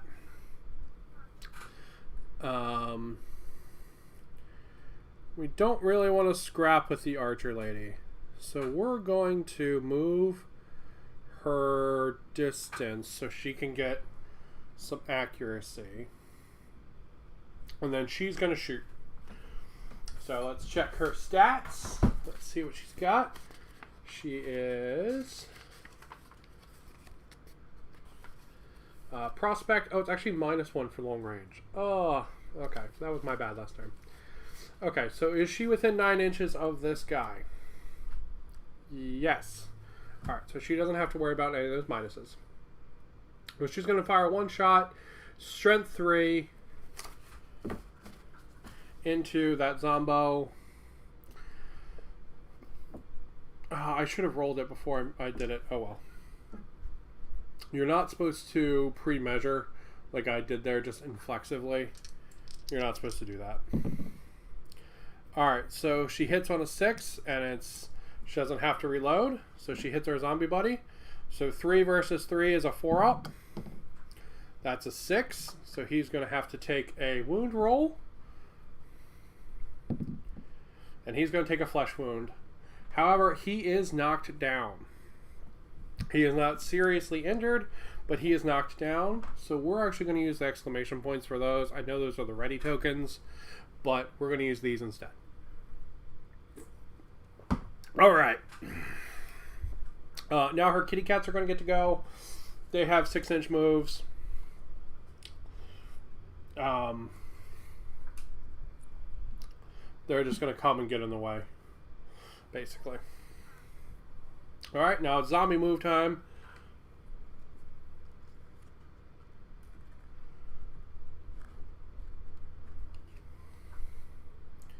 Alright. And then it's lady move time.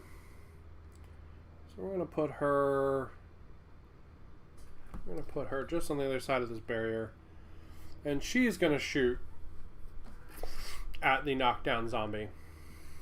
So she's got 2 pistols. So we will run this one like this. And we will run this one like this. So the dice colors coordinate. Okay. So that one hits. This one does not. See if it wounds. 3 versus 3. What is that? That's a 6. It wounds. Let's check wound for him. He gets another flesh wound. So 2 flesh wounds on this Zombo, and he is still knocked down on the floor. Alright, so more Zombos coming up. Moo. Like Night of the Living Dead. Alright. Unfortunately, our big heavy gunner has train all in the way. So I'm going to try to get her in the doorway, like over here. So she's going to go like right there. And next round, she'll just be able to hold the ground and be like, and lay down some fire. Alright, the last zombie. Last zombie goes right here. Okay, so that's everybody activated. We are good there. This guy doesn't get to pick himself up yet. It would only be if he was serious injured, if he would get to roll over and not be serious injured anymore. He's not. These guys aren't going to take a bottle test because they're zombies. They don't care if their buddies die. They don't care at all. Alright? So no bottle test for the zombies. My gray ladies over here, they're good. They don't have to take any tests. Alright, so now we go into round 2. So if the zombies get a guy in here now, they can win.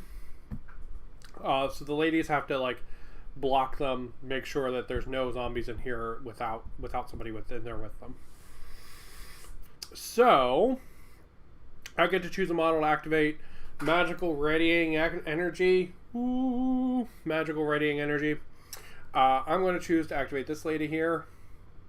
And she's going to shoot her unwieldy gun.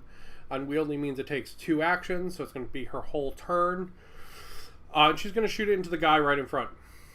So it is a rapid fire 2 gun. She is ballistic skill 3. Oh, I need a 3 up.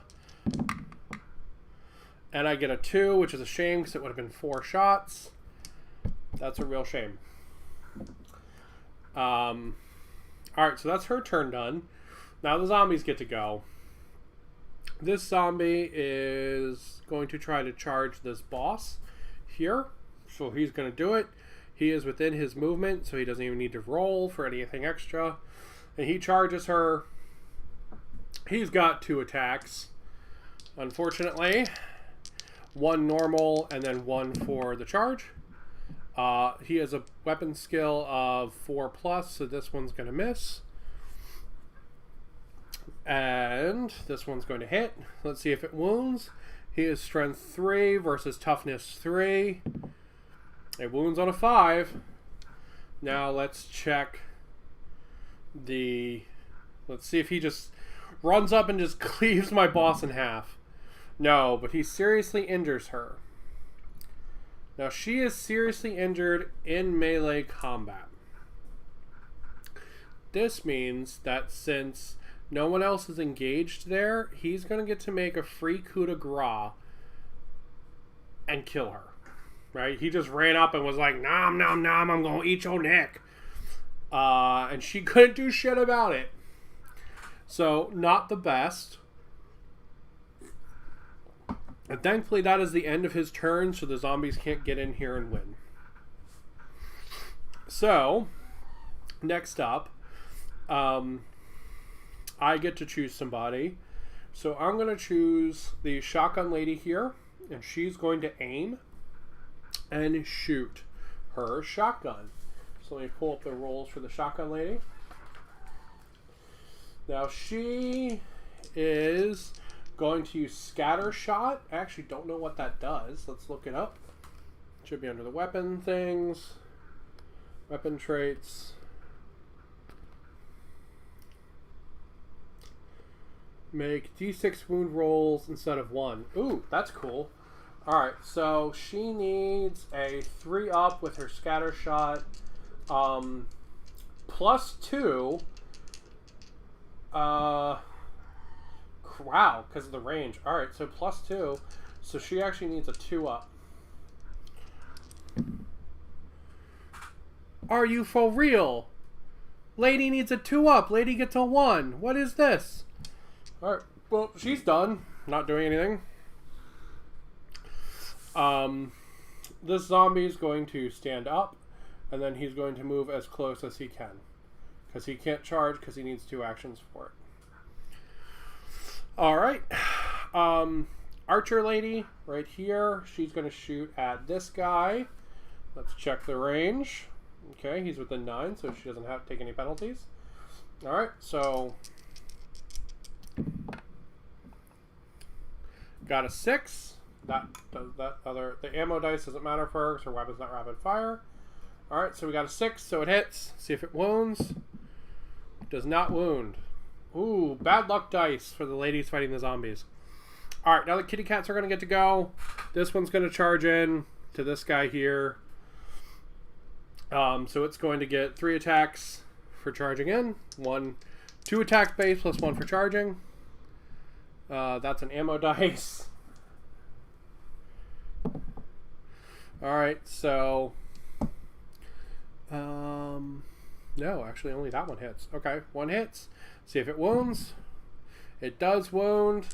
So no matter what I roll here, this zombie is dead.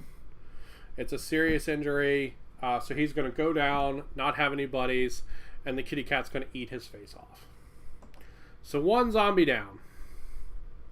That took way too much fire into that zombie, but man, we had some bad dice there. Alright. And next kitty cat's going to get to go. He has a 6-inch move, so he could potentially, I'm going to roll a d3, he could potentially make that charge. So he's going to do it. He's going to charge the big guy. Alright, so he gets +1. Is that enough? Yes. Charging into the big guy. Holding down shop. Alright, so 3 attacks going out from the kitty cat. They all miss. He just bites into the blubber and nothing happens. Alright. Let's check the range on the las pistols lady. Her range is 8 short range. Okay, so we're just gonna aim with her and shoot both of her pistols, I think. Now we'll move her up. We'll move her up and then shoot both of her pistols. Yeah, we'll move her up to here and then shoot both of her pistols into the big guy here. So she's going to suffer -1 for shooting both pistols. However, she's going to gain +1 because of the range here, because he's within her short range. So she's going to be ballistic skill 3. Or, yeah, she's basically going to be ballistic skill 3 now. So 2...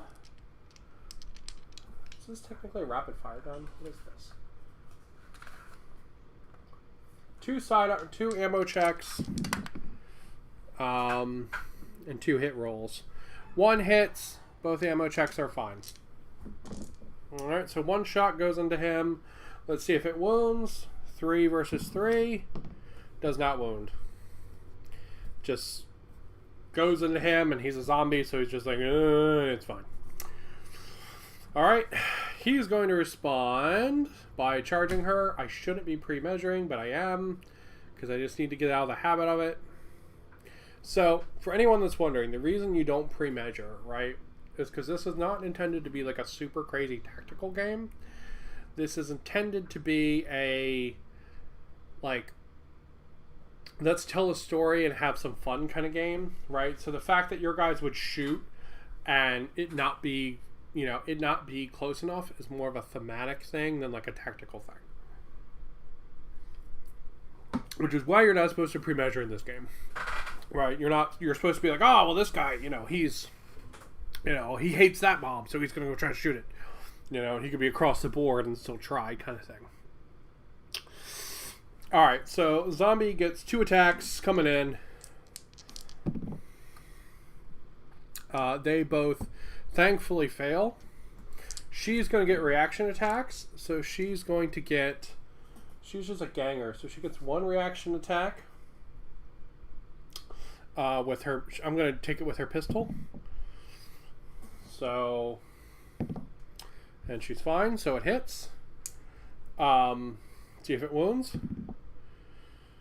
3, no, it does not wound. Alright. So that's him. This lady's going to shoot the living hell out of that guy. So, boom, boom, boom, boom. Big dice. 2 hit dice, 2 fire dice. Alright, so... This one hits, this one does not. So 2 shots, 2 wounds. One wounds. Let's do an injury dice. Please just die, zombie. Please. No, he is seriously wounded.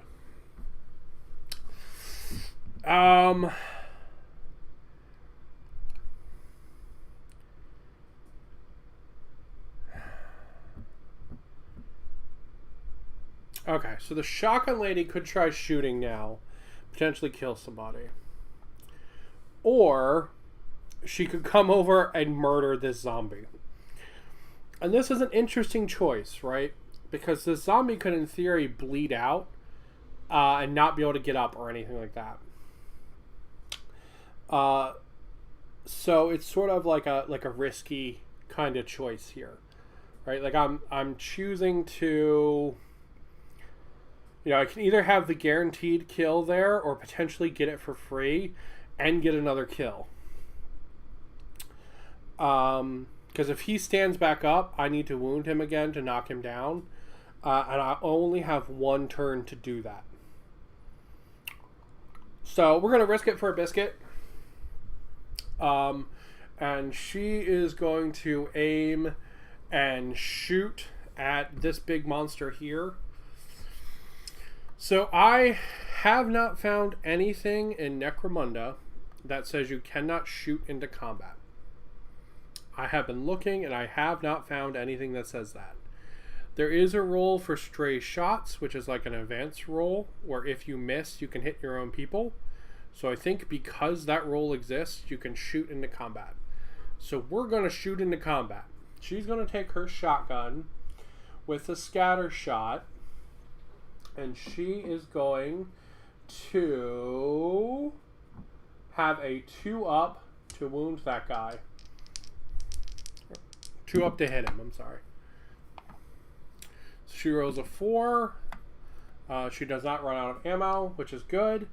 Now I roll D6 number of wound shots because of scatter, which is 6.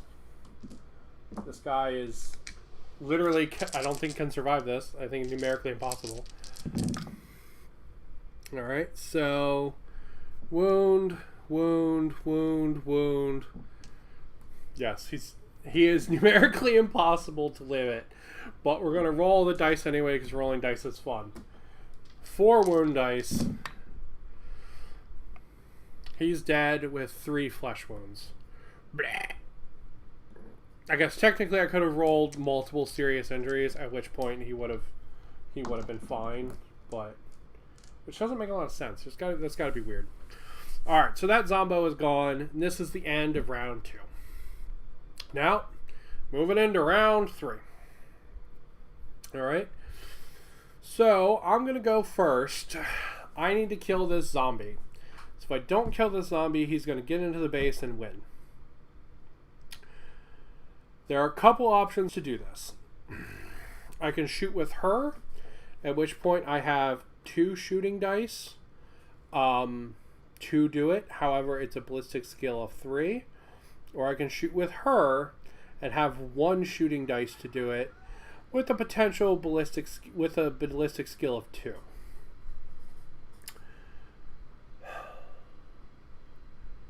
Or I could charge him with her.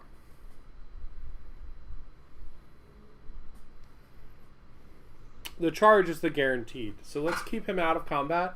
Let's go and let's charge this guy into her. Zoom, like that.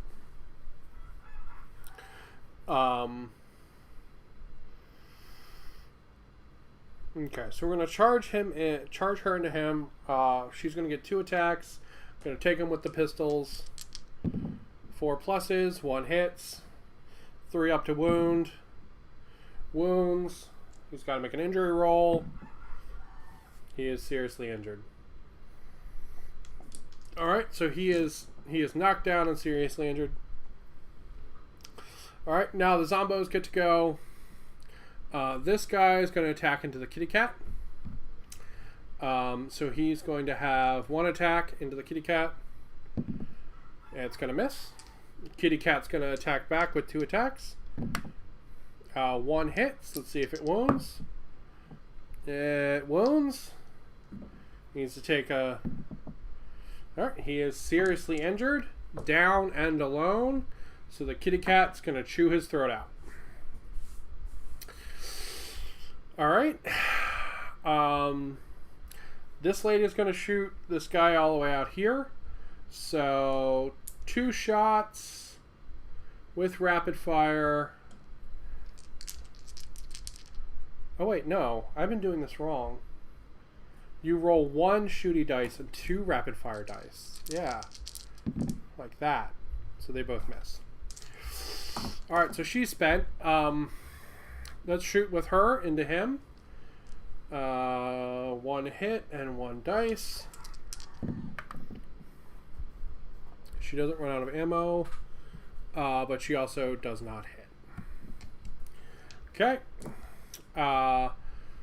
Oh wait, no, he would have gotten to go before her. Alright, so he would have charged the kitty cat.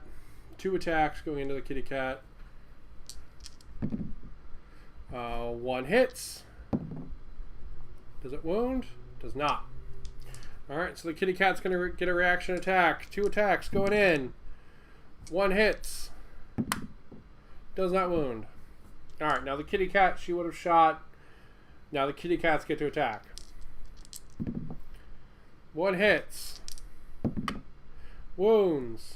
Injury dice. Flesh wound.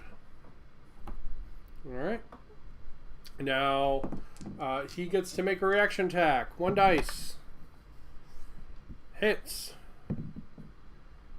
Wounds. Is the kitty cat dead? Don't kill the kitty cat. Kitty cat has a flesh wound. Alright, now the other kitty cat. Gonna charge. 2 attacks. 1 hits. 1 wounds. Flesh wound. They're just out there chewing chunks out that kitty cat. Alright, so this means the last lady that is left is the shotgun lady. She's going to be hitting on 2s. With her scattershot shotgun, it hits. She's going to roll d6 wound rolls. 4.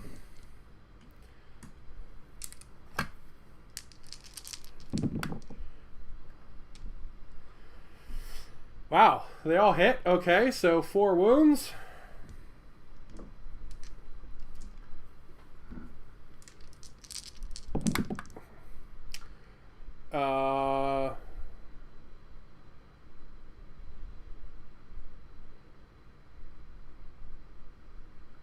I think I actually should roll these one at a time. Alright, so we're going to say he has a flesh wound and is down. That's what we're going to say happened there. But I think that's something different is technically supposed to happen, but we're going to say he has a flesh wound and is down. Alright, so now, going into turn 4. This zombies... Oh no, we need to see if the zombies get up. Alright, so each one of them, this guy is seriously injured, this guy is not. A guy that's seriously injured. He stays seriously injured. Alright, now we're in turn 4. Now we are golden, which is awesome. Okay. Yeah, this is pretty good. It has a nice flow to it once I'm getting like the hang of it. I think that's pretty cool. I think I'll be super into this once I have all the terrain and stuff painted. I think it'll be a lot of fun to tell little stories like this and just play game on the channel like this. I think it'll be super cool. Okay, because like I'm getting over that hill of like the hill of the rules, and I can now just be like boom, boom, 4, 3, 2, 1, you know, and it's really nice and going super good. All right, so let's. All right, so this lady's engaged with this guy who's seriously wounded. So she's just gonna do a simple action and just stomp on his neck. She's just gonna coup de gras him. She's then gonna put 2 shots into that guy.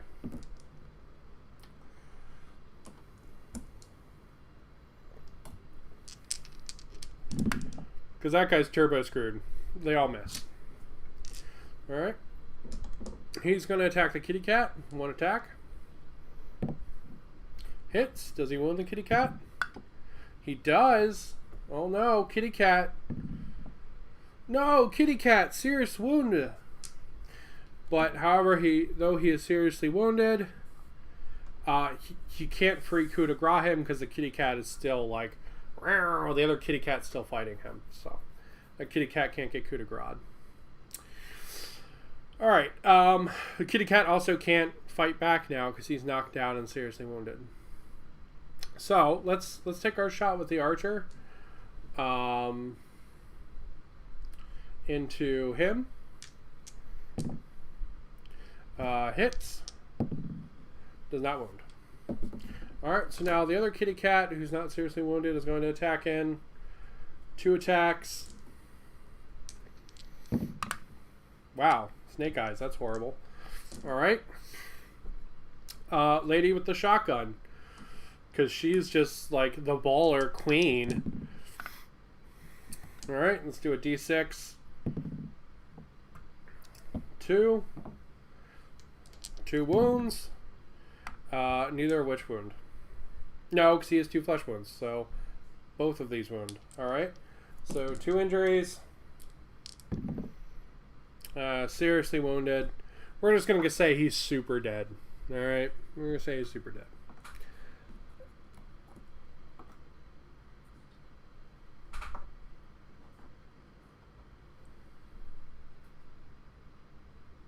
Sorry, my dog is making weird noise downstairs. Okay, so yeah, this is pretty good. I think I'm getting the hang of the rules enough to really like just like wham wham wham wham wham with them now, which is really fun. The models are great, the terrain is cool. These scenarios are very basic, the ones that come in this rulebook. But they're fine. You know what I mean? They're like, you know, get to the thing, do an action, like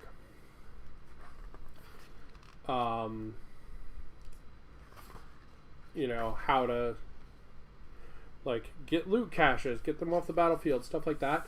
I feel like they're doing a really good job of trying to teach you the different actions you can do. So I think that's pretty cool. So I do like these scenarios as far as like a way to learn. I think it's really good. I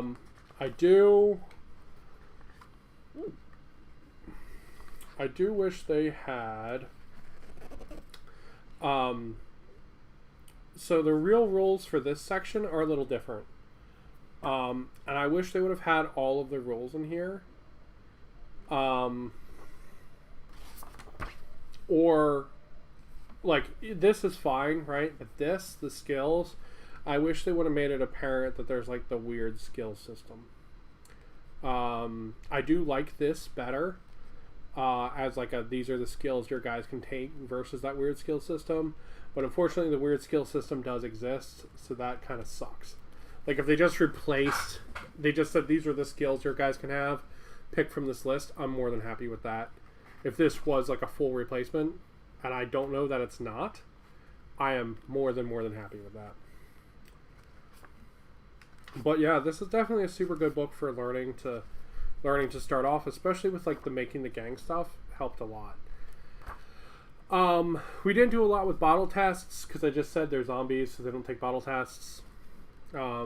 Essentially, it just means your guys could like run away, which kind of sucks. But it's understandable, you know. You're just playing some random shithead that's like fighting over corpse starch, right? It makes sense why he'd try to run away. The save roll thing, really confusing. I wish it spelled out in here a little bit better. How that worked. But yeah, this is a super cool rulebook. I think now that I get like that hang of it, I have like a basic understanding of it. It's really good. This is super disappointing though. Lots of the stuff that's on here, it's like a quick reference sheet. I don't want the like extremely specific wording on this, right? Like this is basically useless. Which is a real shame because this is one of the things I was most excited for. But this is basically useless because all of the wording on here is still the really wordy, really crunchy stuff. This should have really basic like rundowns, right? It should be like literally like one sentence for each one of these things, and it should have a list of the actions your characters can take, or at least the most common ones. So this, even though it has a picture of a rat eating what looks like a dick, which is awesome, A+1 for that, that's cool. This is super disappointing, and actually the thing I'm probably the most disappointed with in the whole box set. Minus the mat. The mat it comes with is literal garbage. Like mine started falling apart before I even unfolded it. So I'm using my Kill Team mat here, and this is what I'll probably keep playing on. But I'm going to go ahead and call it there and go get me some lunch. But this is definitely a lot of fun. And it's super fun. It's super fun to film, and it's going to be really even more fun once I get, you know, more familiar, more into the rules. But I think even from the little bit of playing for 2 hours today, you know, I feel like I can rock and roll with the rules pretty quick, which is good. So we'll probably come up with a little story and play through a little campaign with a couple of the gangs. I'll probably work on painting these ladies up first. I'll get them primed today. And maybe it'll be like going in and clearing out some cultists or something like that. You know, something kind of simple, right? Not like full gang on gang, kind of having to remember everybody's rules, actions. I will say playing against, you know, essentially like mindless zombies really does help with the beginning of the rules and getting the hang of them. Because it's simple, right? Like, I don't have to worry about what stats or whatever they have. They're just quote-unquote hive scum. You know, they run forward and they fight, right? They don't have anything crazy or anything like that. But next time, I'll get these ladies some armor so my boss doesn't get one shot on the first enemy phase of the game. I might actually swap out to having my boss be the heavy gun lady. I know it doesn't make any sense, but I just thematically really like that. So she might be my boss instead. But yeah, so that was me learning to play Necromunda and having some fun. Hopefully people found this interesting. I'm sorry at the parts where I got confused, but I mean, that's what this is about, right? It's what learning to play a new game is about. It's what getting the hang of all the bits and pieces you have is about, right? I will say this is a super cool box set. I really like it. The terrain is great. It's going to be even better when I get it all painted up. So just to show that off again, these are all magnetized. You can see there's a residue from the glue drying there. Everything's all magnetized there. It's all magnetized there. I'm using these as spacers because reducing the space with magnets means that it stays on stronger. Alright, so no problem at all there. Right, like nice and strong. Good stuff. You can see it all in the inside where it's in the magnet holders. But super good stuff. Yeah, this terrain is glorious. I love it, love it, love it. It's easily my favorite terrain. You can just do such cool stuff with it. Just like that. Now we have a cool double wall. And when I get my Dark Uprising box, I'll have some steps, and it's going to be a lot of fun. Yeah, multi-level, like, cool sniping and stuff. And hopefully this was fun and interesting and enjoyable. And I will definitely be playing some more of these games next Sunday. And I'll probably do a painting stream sometime randomly during the week. Whenever I can during work. But yeah, definitely fun stuff. Thank you guys for watching. Hopefully it was interesting and enjoyable. And I love it. I love the big gun. Oh, it's so great. And that's it for me. I'm going to go get some lunch. And I hope everybody has a good day.